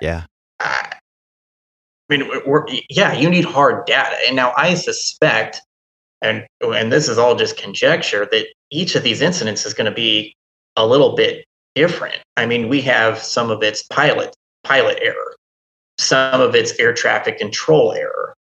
Why were the pilots? What happened to the pilots' error? I mean, you kind of were touching on this fatigue thing. Was fatigue a factor in any of them? Well, maybe, but I mean, quite frankly, statistically, probably not. And you sure aren't going to be able to convince me that 777 crossing the wrong runway is because those 777 pilots were fatigued on their first flight to go fly overseas. Right. Or the 777 that did a nosedive and almost did a nosedive into the Pacific Ocean. Well, and I think that was a weather-related thing, and that was, that was pilot error. The pilot error was the decision to go at that time. But again, you're not going to convince me that they decided to that decision was made based on fatigue. No. But and that's something that the panel does talk about. We need the hard data. We need that. We need to collect it. We need to come with it. And the question was asked, Roger, just like you so eloquently asked, what does this all mean? It can't all be fatigue. They said, and they emphasized, especially the moderator of the panel, emphasized that we have a post-pandemic ramp-up of flying, that every airline's trying to one-up the next competitor by having more and more flying available so that they can sell more and more tickets. And by doing that, they are optimizing our schedules because they can't get the employees fast enough. Rampers, fuelers, pilots, gate agents, all of it, mechanics. They can't get us fast enough to come back, to get trained.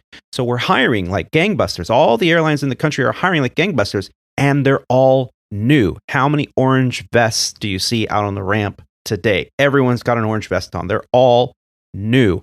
And with a lack of experience comes fatal problems. Look at the ramper in Rochester that got fatally ingested into an engine.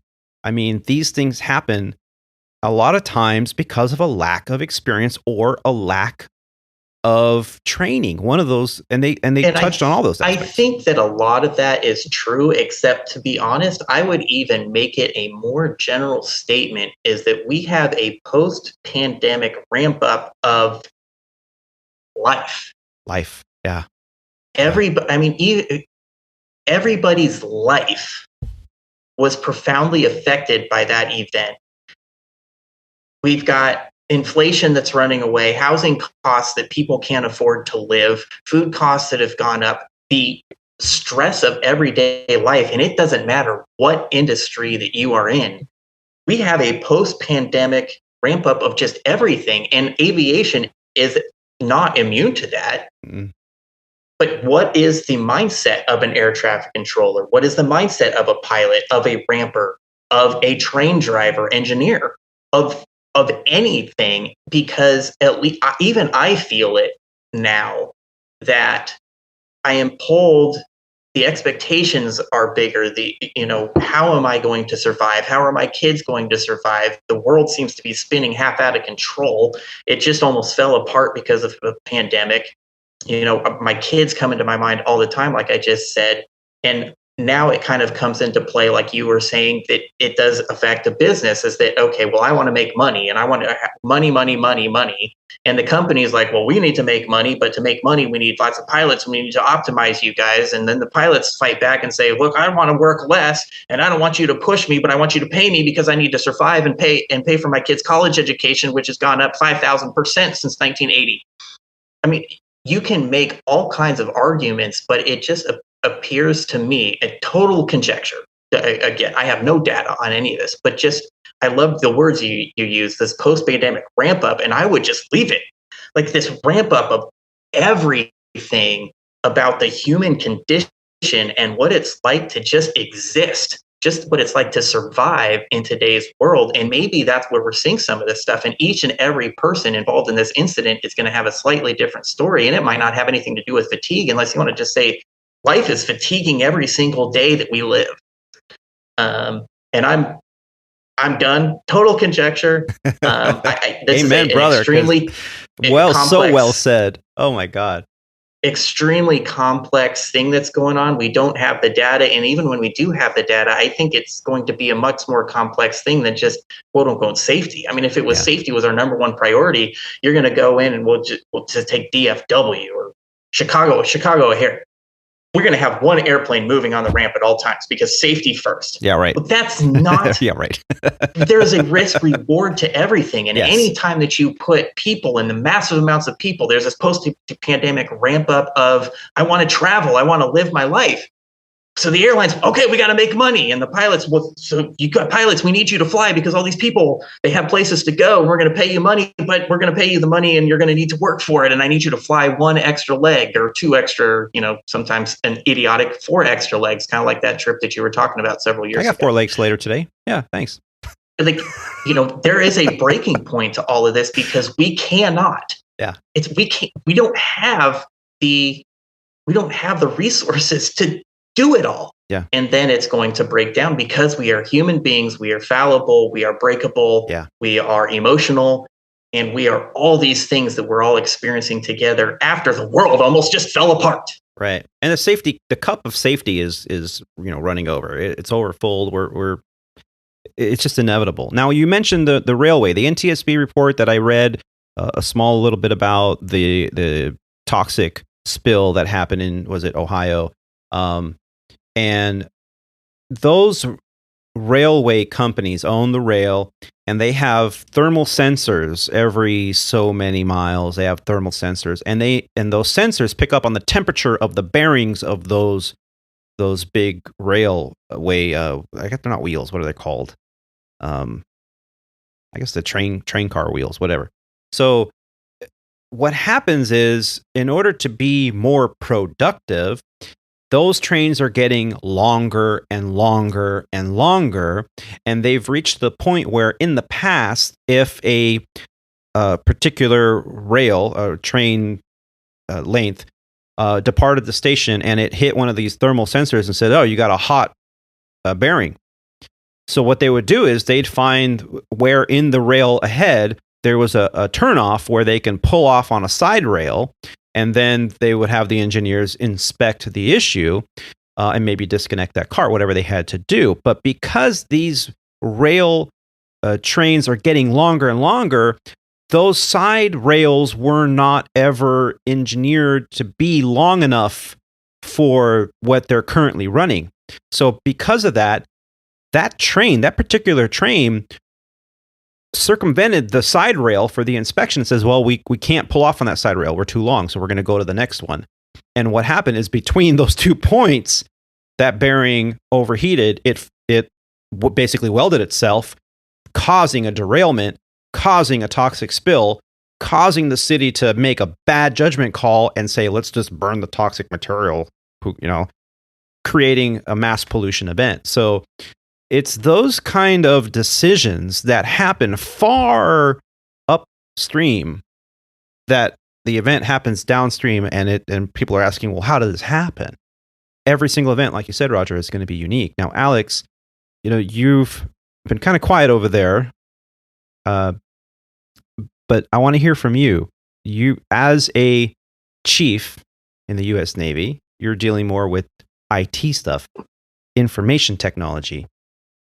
How do you see the Safety Summit as being a first stepping stone to improving a system that is at its breaking point?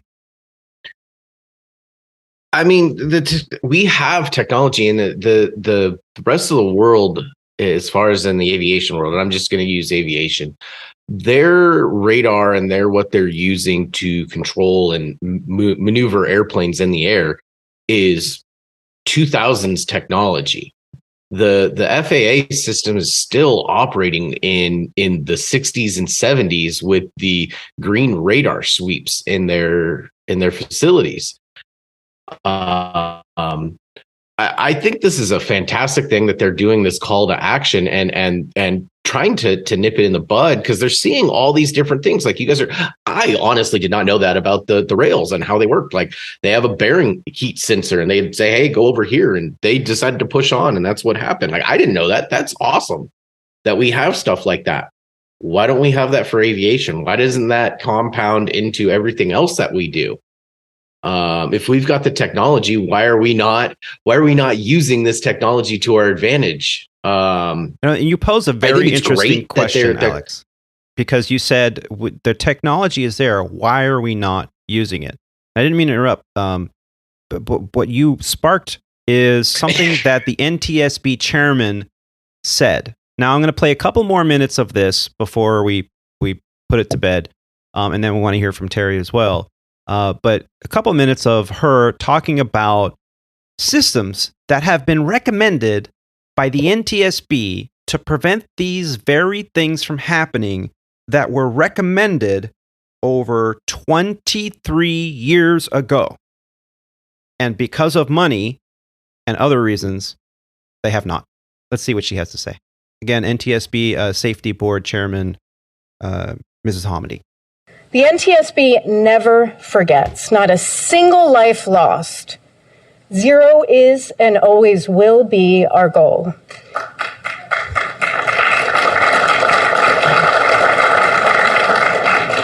And I know it's many of yours as well. In calling for this safety summit, I'll call it a call to action. Billy said, now is the time to stare into the data and ask hard questions. I couldn't agree more. There have been far too many close calls and near collisions recently, any of which could have had devastating consequences with precious lives lost. The NTSB is currently investigating 6 runway incursions since January, including one at Austin, where the aircraft came within 100 feet of each other, endangering the lives of 131 people on board 2 aircraft.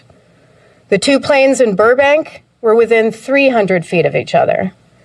We're also investigating 2 wrong runway landings that happened last June. One was a cargo plane in Tulsa with 2 crew members on board. The other was a passenger flight in Pittsburgh where 174 people were at risk. And we're investigating 2 significant events that occurred in December on the same day, both in Hawaii. One was a severe turbulence incident that left 25 people injured. In the other, the aircraft came within several hundred feet of hitting the Pacific Ocean. These recent incidents must serve as a wake-up call for every single one of us before something more catastrophic occurs, before lives are lost. Too often, we've seen the federal government and industry act after an accident, after lives are lost, once the headlines are made. Congressman Obastar, who was my boss and a big champion for aviation safety, called that the tombstone mentality. Our entire mission at the NTSB is to prevent that next accident. In fact, that's why we look at incidents, which is especially important in this pivotal moment, and it is a pivotal moment. This is a real challenging time for the industry. The industry is ramping back up from the pandemic, during which a number of people, including my friends, were either retired or were laid off. A new workforce is coming in and needs to be appropriately, adequately trained. Some who were out during the pandemic also need retraining. And our airspace, already the most complex in the world, is about to get even more congested. Drones, advanced air mobility, even more commercial space launches and reentries. There's a question I'm often asked when I give speeches. What keeps me up at night? What keeps me up at night is the next family that I have to talk to when we go on scene to investigate an accident. It's that next family. It's also the investigators that I talk with on scene who say, we've seen this before. We've issued recommendations on this. They haven't been acted upon. Those recommendations could have prevented this. It's heartbreaking, and it's especially heartbreaking for our investigators when they see that. Now, the NTSB has issued 7 recommendations on runway collisions that have not been acted upon. One is 23 years old and still appropriate today on technology warning pilots of an impending collision. How many times are we going to have to issue the same recommendations over and over and over again? When we do, and sometimes we get the response that it costs too much. I'm very passionate about safety, so I'm going to ask you to think about this. What is too expensive? Think about your loved ones.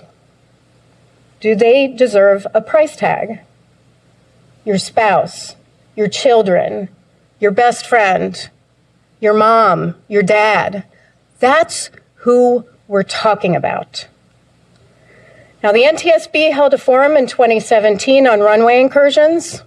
The FAA, industry, and labor made wonderful presentations, with the FAA highlighting pilot deviation and ATC communications as key concerns. We came out of that forum with everyone calling for better data and implementation of technology that would prevent runway incursions like ASDX and ASSC. So where are we 6 years later? What's happened? We have the data. We have the data. We know that there are about roughly 1,500 to 1,700 runway incursions annually. We know the vast majority of those are low to no risk, but there are some that are risky, and it only takes one. Now, she goes on to also talk about cockpit voice recorders or flight deck voice recorders. And she had indicated that the NTSB has for years now recommended that they update the standard cockpit voice recorder, which is currently has to be able to record in a loop a minimum of 2 hours. They are recommending a minimum of 25 hours. Cockpit voice recorders, or flight deck voice recorders to be PC, are some of the best tools for the NTSB during their investigations to collect all the data to be able to get as accurate information as possible. Now, she did mention a couple things in there that I was not aware of. Did you guys catch it? The ASDX and the ASSC. You ever wonder what that stuff is? Terry, have you heard of that yet? Come across it? ASDX. I believe that's the ground surveillance radar tells controllers exactly where everybody is on the airfield. Yes, and according to a publication from the FAA.gov, I'll put a link in the show notes, Airport Surveillance Detection Equipment Model X, or AS, it's actually ASDEX. And this system is a surveillance system using radar, multilateration, and satellite technology that allows air traffic controllers to track surface movement of aircraft and vehicles. It was developed to help reduce critical Category A and B runway incursions. The ASDEX alerts air traffic controllers of potential runway conflicts by providing detailed coverage of movement on runways and taxiways. By collecting data from the variety of sensors, the ASDEX is able to track non-transponder equipped and transponder equipped vehicles and aircraft on the airport movement area. The data that the ASDEX uses comes from the following sources: surface radar located atop of the air traffic control tower or surface surveillance radar located on a remote tower, multilateration sensors located around the airport, airport surveillance radar such as the ASR9, automatic dependent surveillance broadcast, which is ADS-B sensors, and terminal automation system to obtain flight plan data. So all of this is available to controllers, but only at 35 major airports: Baltimore, Boston Logan, Bradley International, Chicago Midway, Chicago O'Hare, Charlotte, Dallas, Denver, and so on and so forth. There's a long list here of some of the biggest airports in the country. So this is a tool, and really every international heavy traffic, heavy 121 operator airport should have this available.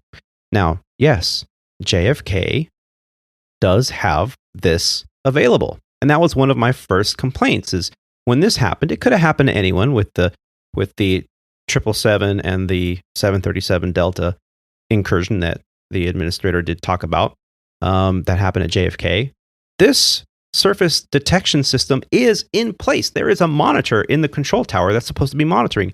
When that 777 turned the wrong way on the taxiway before turning again to intercept the active runway and have a runway incursion, someone should have caught that.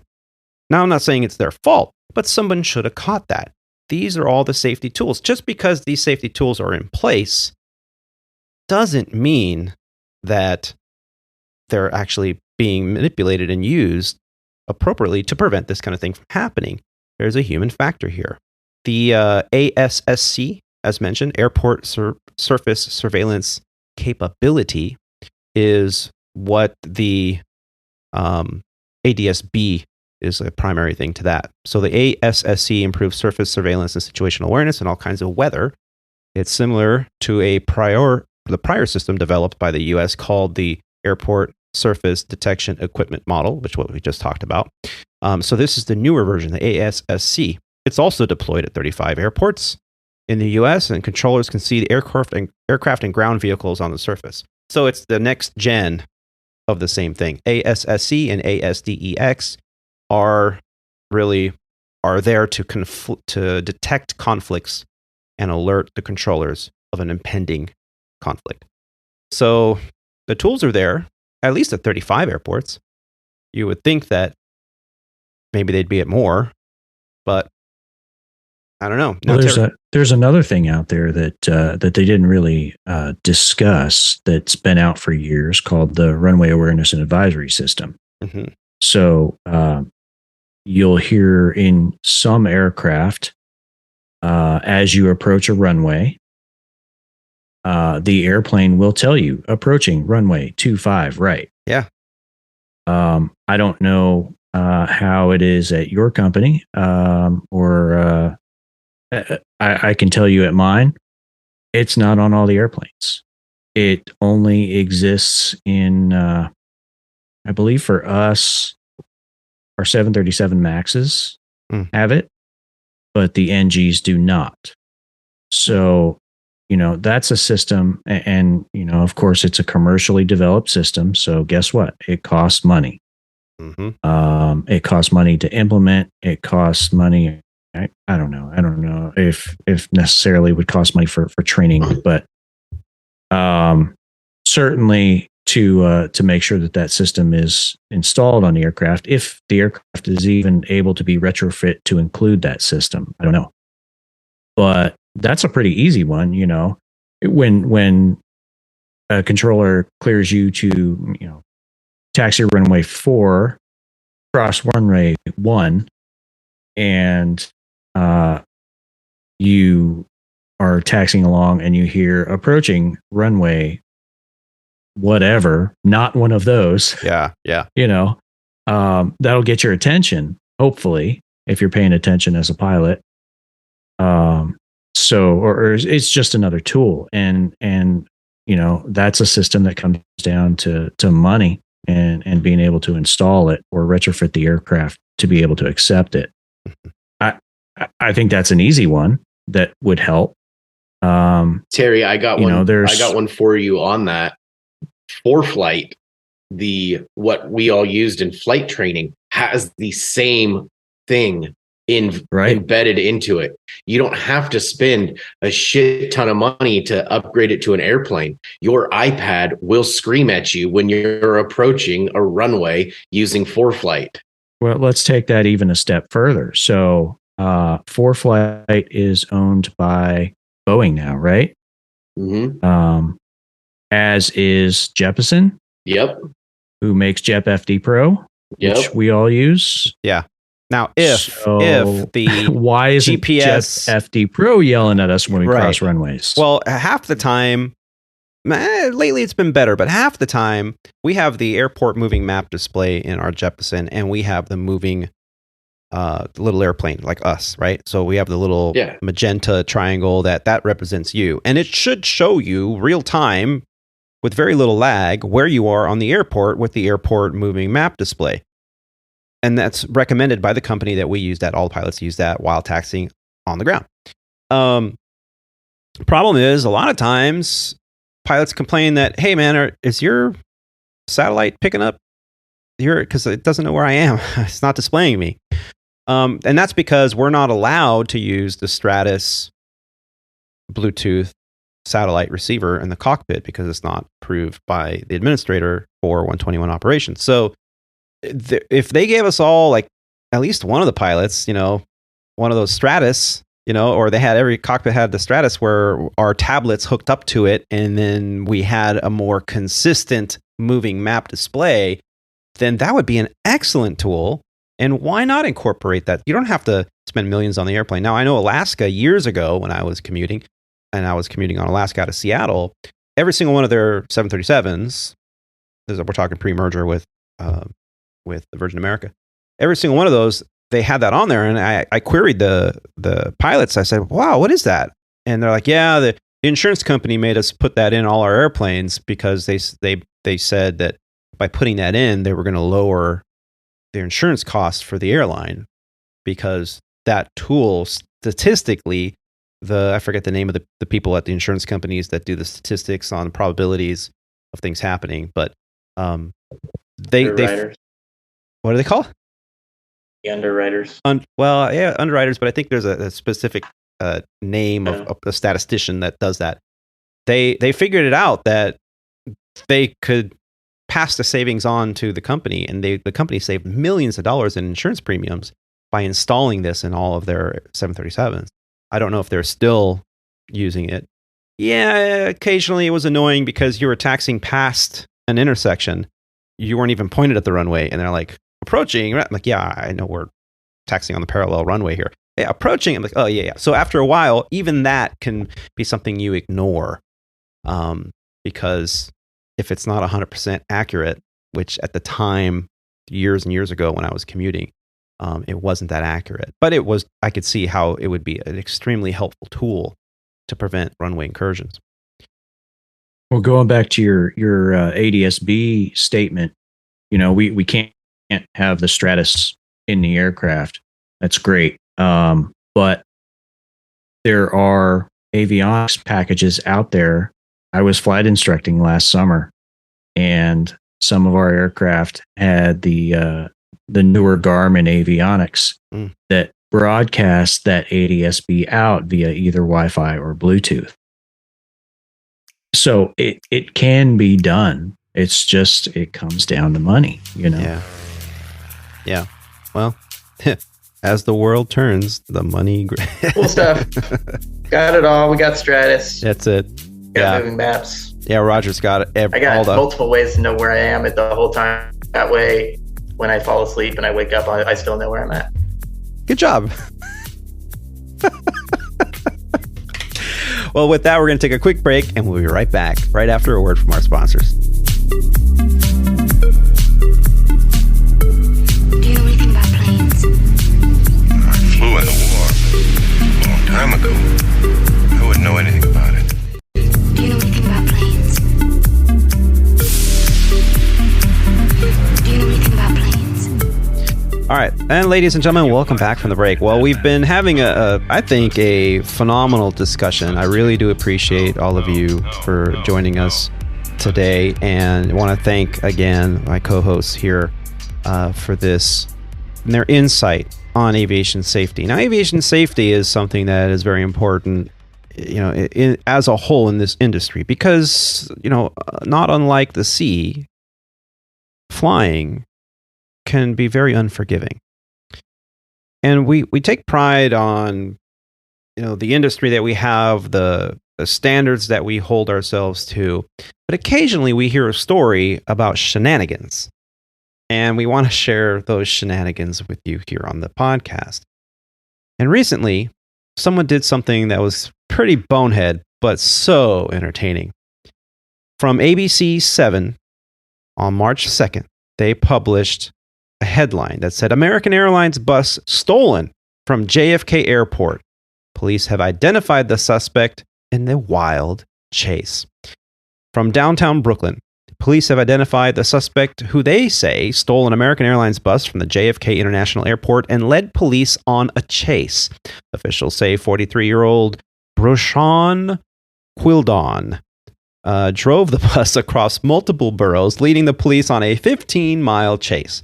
The incident happened just before 2 a.m. Wednesday, when Quildon reportedly jumped into a bus that was left running in Lot 12.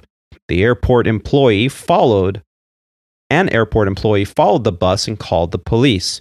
Police say Quildon drove on the Van Wyck Expressway and Grand Central Parkway in Queens, the FDR Drive in Manhattan, and across the Brooklyn Bridge into Brooklyn, where it was finally pulled over on Cadman Plaza West.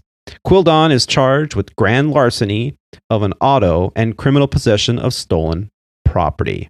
There were no passengers on the bus at the time, and no one was injured. He could be heard asking officers if he was going to jail as they arrested him on Cadman Plaza West. You think? Officials say the suspect was on probation and is no stranger to law enforcement. His last arrest was for domestic robbery in 2015, but he is said to have had numerous other arrests, including robbery, marijuana possession, assault, and transit fraud. Yeah. I wouldn't mind jumping into a bus, an airline bus, and driving it around a bunch of boroughs and going on a joyride. That'd be fun. But will I go to jail? Will I get arrested?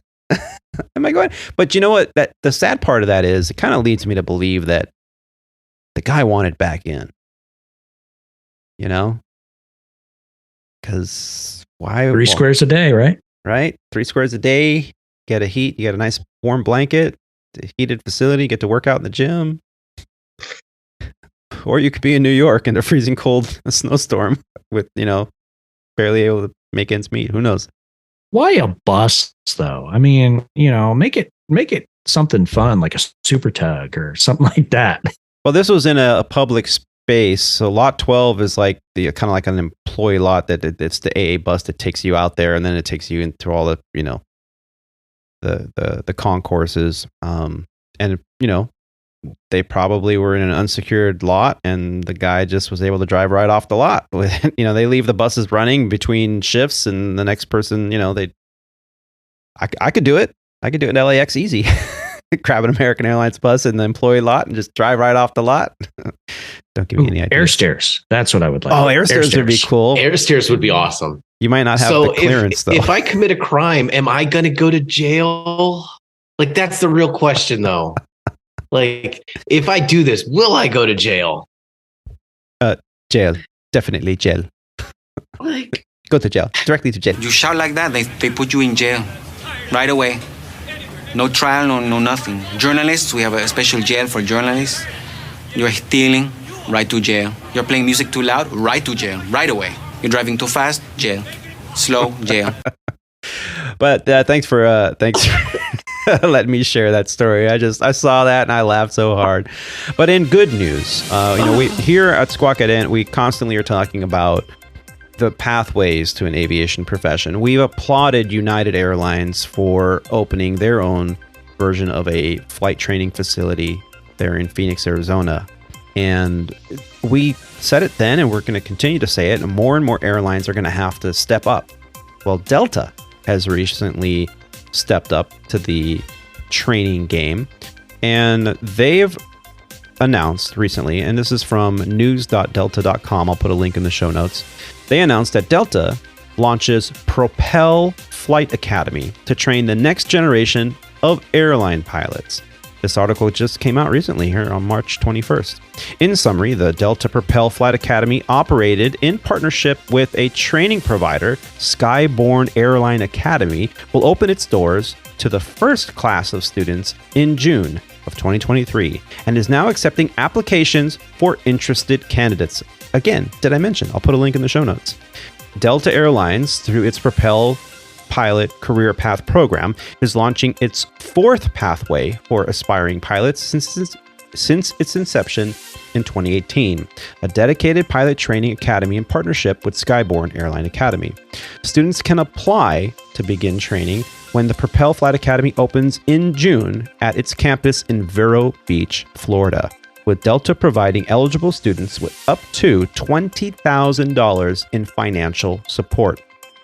Delta, through its Propel Pilot Career Path program, that's a tongue twister, is launching a pilot academy dedicated to training the airline's next generation of aviators. The Delta Propel Flight Academy, operated in partnership with training provider Skyborne, we said that, yeah, will open its doors in June. Yep, we said that too. And yeah, it goes on, and there's even a note there from Delta's VP of Flight Operations and the system chief pilot. But yeah, to be able to get $20,000 in financial support to have a pathway to Delta, that's huge. Delta has always been a big carrier. I know they've had other pathways, but this will be the first of its kind. Tony, there's one thing that you missed on underneath that. It says students will be eligible to receive $20,000 in financial support. The next sentence is a huge one. Delta will cover the cost of interest on student loans from select lenders. It's that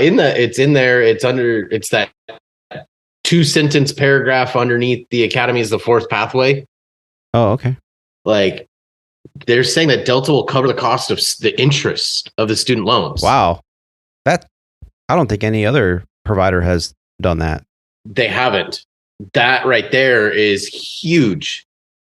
Yeah. Can you imagine? And, especially if I can't even imagine if somebody offered that to me when I went through and got my student pilot. I was going to say, loans. Imagine you, Tony, not having to spend $120,000 over 20 plus years on student loans just because the interest compounded and compounded. Yeah.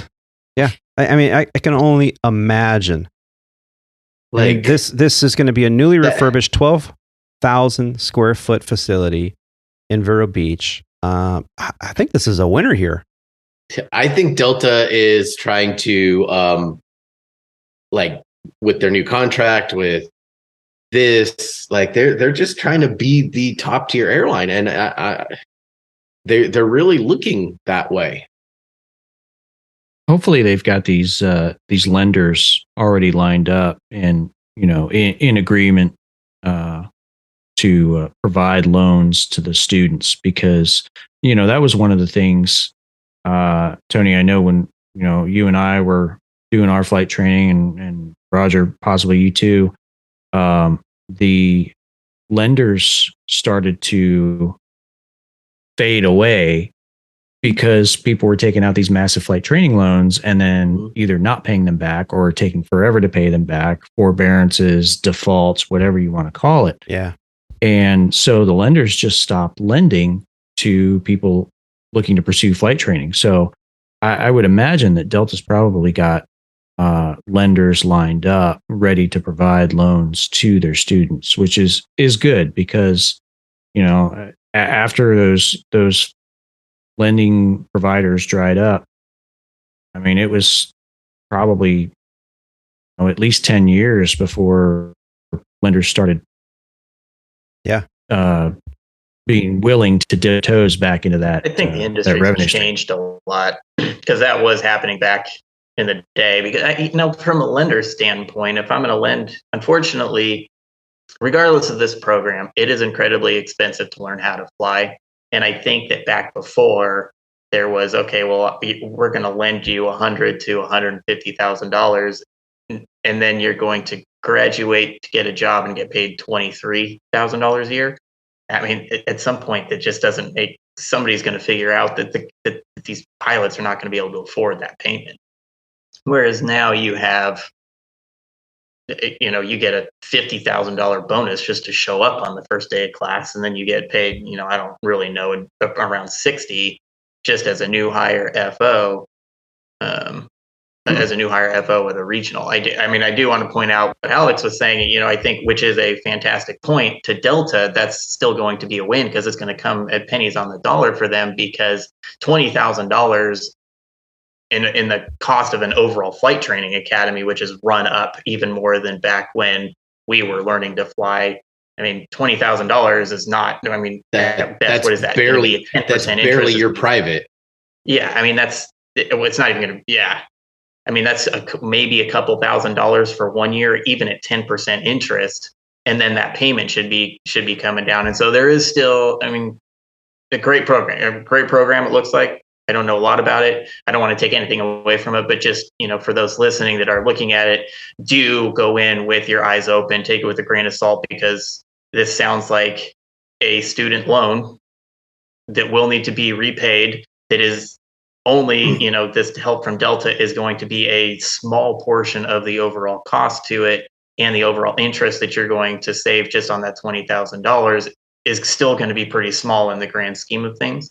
Not to take anything away from the program, but go in with your eyes open and make sure that you understand before you sign on the dotted line what the expectations are of you, what your the expectations that Delta will have from you if you use their money. Maybe going to United when Delta paid, it could bring a lawsuit. I have heard some stories about people trying to do that kind of stuff. Really? Like I said, just make sure that you go in with your eyes wide open in terms of what the expectations are of you before you sign on that dotted line. Yeah.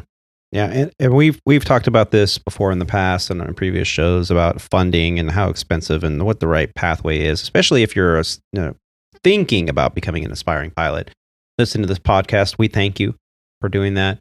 But absolutely look at all your options. Don't be in a rush, especially if you're a young person. The latest, I think, was from the Safety Summit that they said that airlines are going to have to continue to hire in the thousands every year until the year 2035, which is an updated estimate. 2035. We have more than 10 years projected here in the near future, unless, something major happens, like, I don't know, World War III. It could happen. Especially if we're not going to go down this political road here. But be careful. Don't make the same mistakes I made. Don't put all your eggs in one basket and get a giant loan. And I should have, the crystal ball is still foggy for me. I still don't know what I should have done. But Roger, you made some fantastic points with know before you sign on that dotted line. Get advice from people you trust, and don't be in such a hurry, because once you sign, especially in an airline that's helping you pay, they've got you. You're theirs for the taking. I think you hit the nail on the head, Roger, with that, is like that. There's a lot with all these, and Delta's obviously now getting into the game with United and pulling this out. And what we need is what the European countries have. And you were saying this with the captain that you had on, the female captain. With Julie. Yeah. Yeah, where you have the stuff like KLM or Lufthansa, where they hire you from the street and feed you through their program, and you become basically an SIC on a long haul plane while you build your time, so that you can eventually move over and get out of that quote SIC second, third, fourth pilot role, and then become a pilot. But you start from, they literally hire you from the street and pay you. Yeah. For you to go to school. Internships. We need that here in the United States. We don't need to be taking out these loans. We need, what did she call it? The ab initio? There was a word that she used. Yeah, ab initio program. Yeah, the ab initio program is from the beginning. In other words, from the beginning, we need, you're absolutely right, Alex. From the beginning, we need that kind of thing, that program that they have in other countries, where you've been selected, you've been tested, and there you basically zero time and you get hired with a legacy carrier, and you go through their program, their education system. Now, if you fail 2 check rides or 2 events, then you're out. And now you got to think about, well, how are you going to pay back so far what you've done? And they have a little come to Jesus moments with you and counseling, and they say, okay, you've been struggling here and there. Are you sure this is for you? Because, and I've known a few people in my lifetime that have gone through those kind of programs and have had those kind of comments made. And, even I'm thinking of Adelia, Captain Adelia, when we had her on the show, the Miami captain, and everything she was told, no, and told some extremely sexist and like comments that you think of, oh my God, I can't believe you had to deal with all that. But her determination and her drive for it, which I think most people in this industry are what sets us apart. And you don't always have to break the bank to do it. You just have to be careful. But just because you're being told no by maybe an ab initio program doesn't mean you can't be a pilot. Maybe you're just a pilot in a different realm of aviation. We need good instructors. Always hard to find. And now especially, man, a good CFI, they can charge a premium, especially if they have history in the airline industry. Well, we wanted to talk about one last topic before we go. And I know Roger's already... Do we want to talk about this? Perking up a little bit. Do you want to talk about this? We want to talk about this, Roger. How exciting. Okay, now, we've been talking about contract negotiations, pilot shortages, high demand for the industry for a while now. It's been over a year that we've been talking about pilot contracts and how 12 airlines out there in the U.S. are all under negotiations. Hold on. Let me go get my violin. I'll be right back. Okay, you go ahead and do that, Roger. I need some background music. So, Delta recently, in an industry-leading attempt, go figure, Delta just signed a pilot contract, okay? And it's going to be the industry standard. Now, normally, the way these contracts work, for those of you that are maybe not in the industry yet, the union, the pilot union, will get together and they'll have an elected board, a contract negotiations board, and they'll go to the table with the members of management periodically, once a month, once a quarter, whatever it is. And they'll say, okay, here's what we want in the contract. Here are the lines in these sections and so on and so forth. And then the management will go, okay, well, go ahead and leave it with us. And we'll have our lawyers look at it and we'll come back with the counter proposal. And this is how negotiations go, usually. But occasionally, this doesn't quite play out that way. Recently, we had news that American Airlines says it wants a deal with the pilots soon. This from Airline Weekly. Put a link in the show notes. Ted Reed wrote this on March 14th. And he wrote that American airline pilots say that they are mystified by their CEO, Robert Isom. He publicly promised a Delta-level contract when the carrier had not made such a proposal to their union negotiators. But with negotiations going on, the airline indicated a proposal is close. We look forward to reaching an agreement with APA, or the Allied Pilots Association, quickly so that Americans pilots can benefit from meaningful enhancements to their pay and quality of life, American spokesperson Gordon Jondro said late on Monday. We believe a deal is within reach and can be negotiated expeditiously. The two sides are negotiating this week. In a message to its members entitled Offer? What offer? On Sunday night, officials of the Allied Pilots Association expressed concern that on Tuesday, Isom released a video saying American would match the Delta offer. Then on Sunday, APA said management took the unprecedented step of communicating directly with congressional offices and others in Washington, D.C. regarding the content of the video.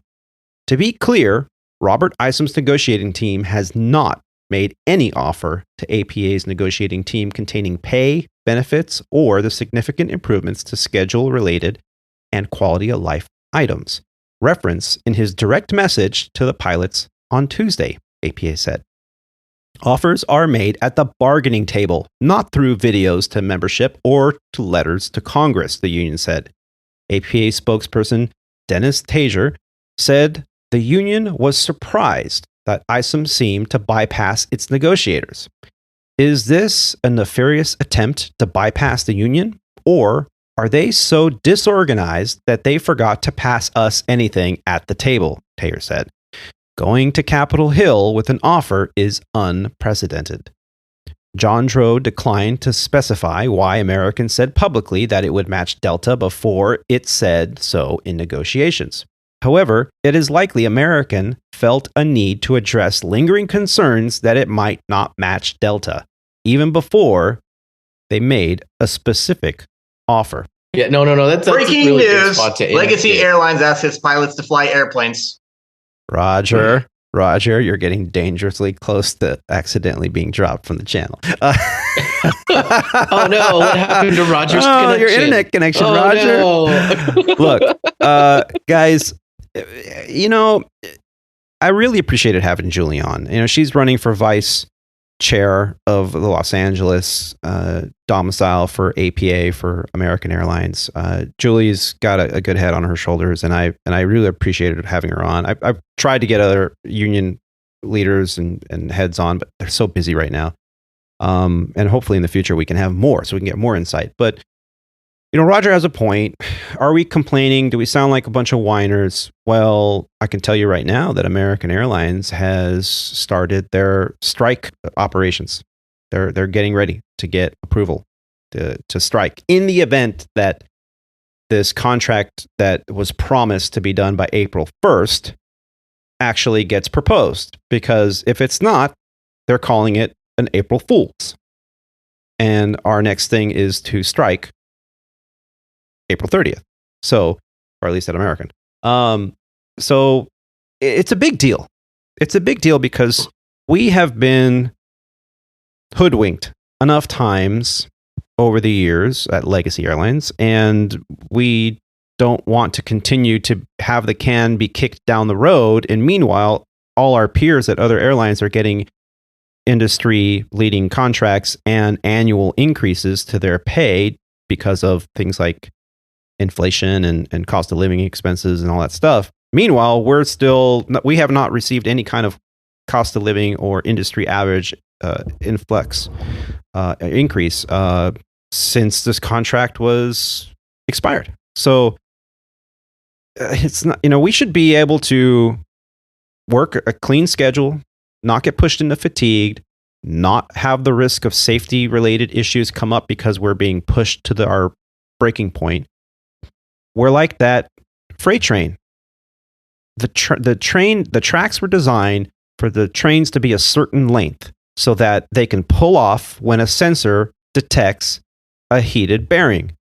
And when you make us longer than we need to be because we need to be more productive, we need to do more work with less people or less train engines, then those safety barriers are really irrelevant.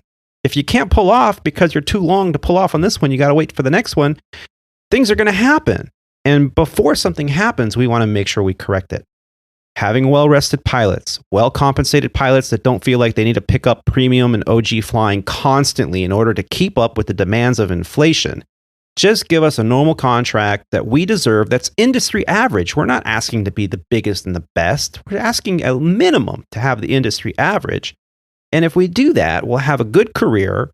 We won't feel the pressures, like Roger was indicating earlier, to keep up with post-pandemic society and the pressures to keep up with inflation and keep our kids safe and pay for college. Instead, just give us a fair wage where we're getting paid or close to the same as what everybody else is getting paid that's doing my exact same job. And we're not getting pushed to the brink of safety and disaster because we know that grandma and grandpa are back there and we want to make sure that they're all safe. Those pressures add to us not calling in fatigued as well. So all of this is related. And though, Roger, you may make fun, and we know you are, and we know you jest, but it's important because it's one of the factors in the chain of safety. I would agree with you, Tony. Obviously, we are a group of pilots here, and so I enjoy screwing around with you guys. However, there are, like everything in life, there are two sides to every story, and I am not, totally like management is without fault here because you guys are on two totally different sides, and they are pulling very hard in one direction, and you guys are pulling very hard in the other direction. It's like freaking politics or something, and really, it needs to come into the middle. Except nobody really wants to give an inch because.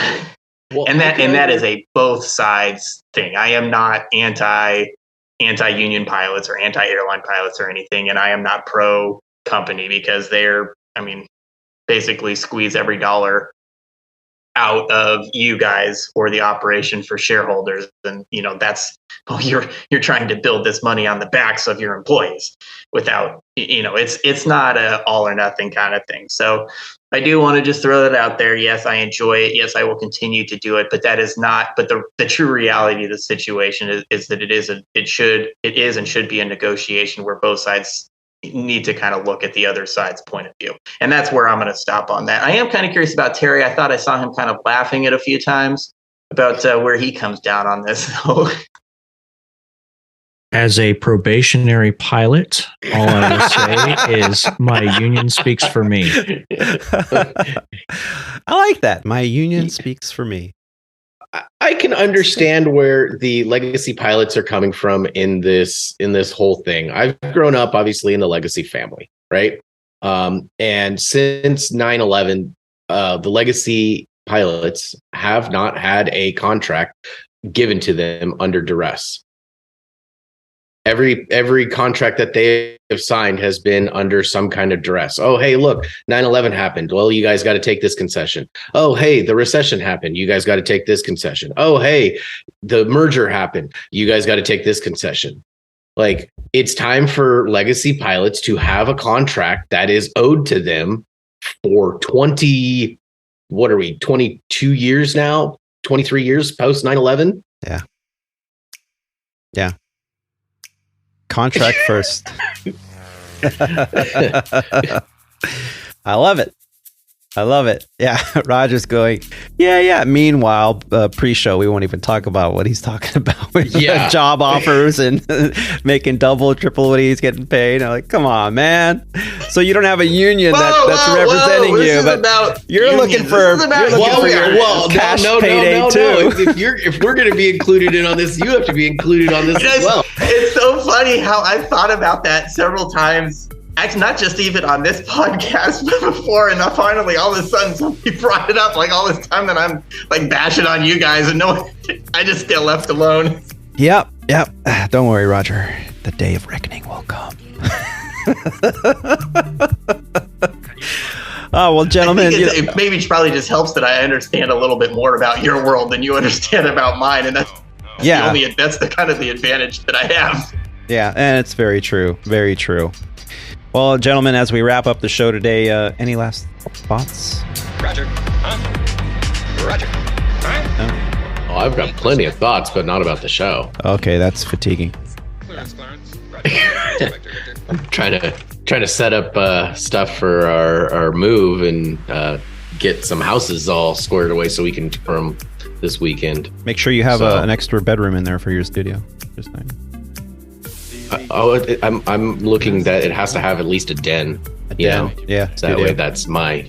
Obviously, you were paid way too much. You're shopping at a regional airline for a house that has a den for your podcast studio. I was sleeping on my in-laws' and sofa. 4 bedrooms. My first year, $22,000, $25,000 a year, whatever it was. Yeah, first year. Hey, I can't help it making 6 figures my first year as a regional airline pilot. If he's a regional airline FO, and he needs to come look at my little itty bitty condo. He's buying like a mansion. Well, it's Texas. Yeah, I was gonna say it's Texas. So there's that. Well, speaking of fatiguing conversations, gentlemen, I just want to say thank you to all of you. Thank you to Captain Roger. Thank you for Terry for joining us, and thank you for Alex for being here. Appreciate having you fine gentlemen and friends on the show. And we want to hear about all of you out there, dear listeners. We want to hear your feedback. So we do hope that you'll send us a line. You can do that right from our website at aviatortony.com. That's Alpha Victor, the number 8, Romeo Tango Oscar November Yankee.com.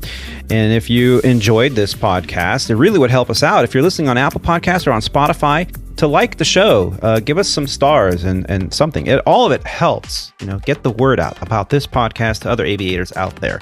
Share that with your friends, subscribe, follow, do whatever you can on whatever platform you can. We would deeply appreciate it.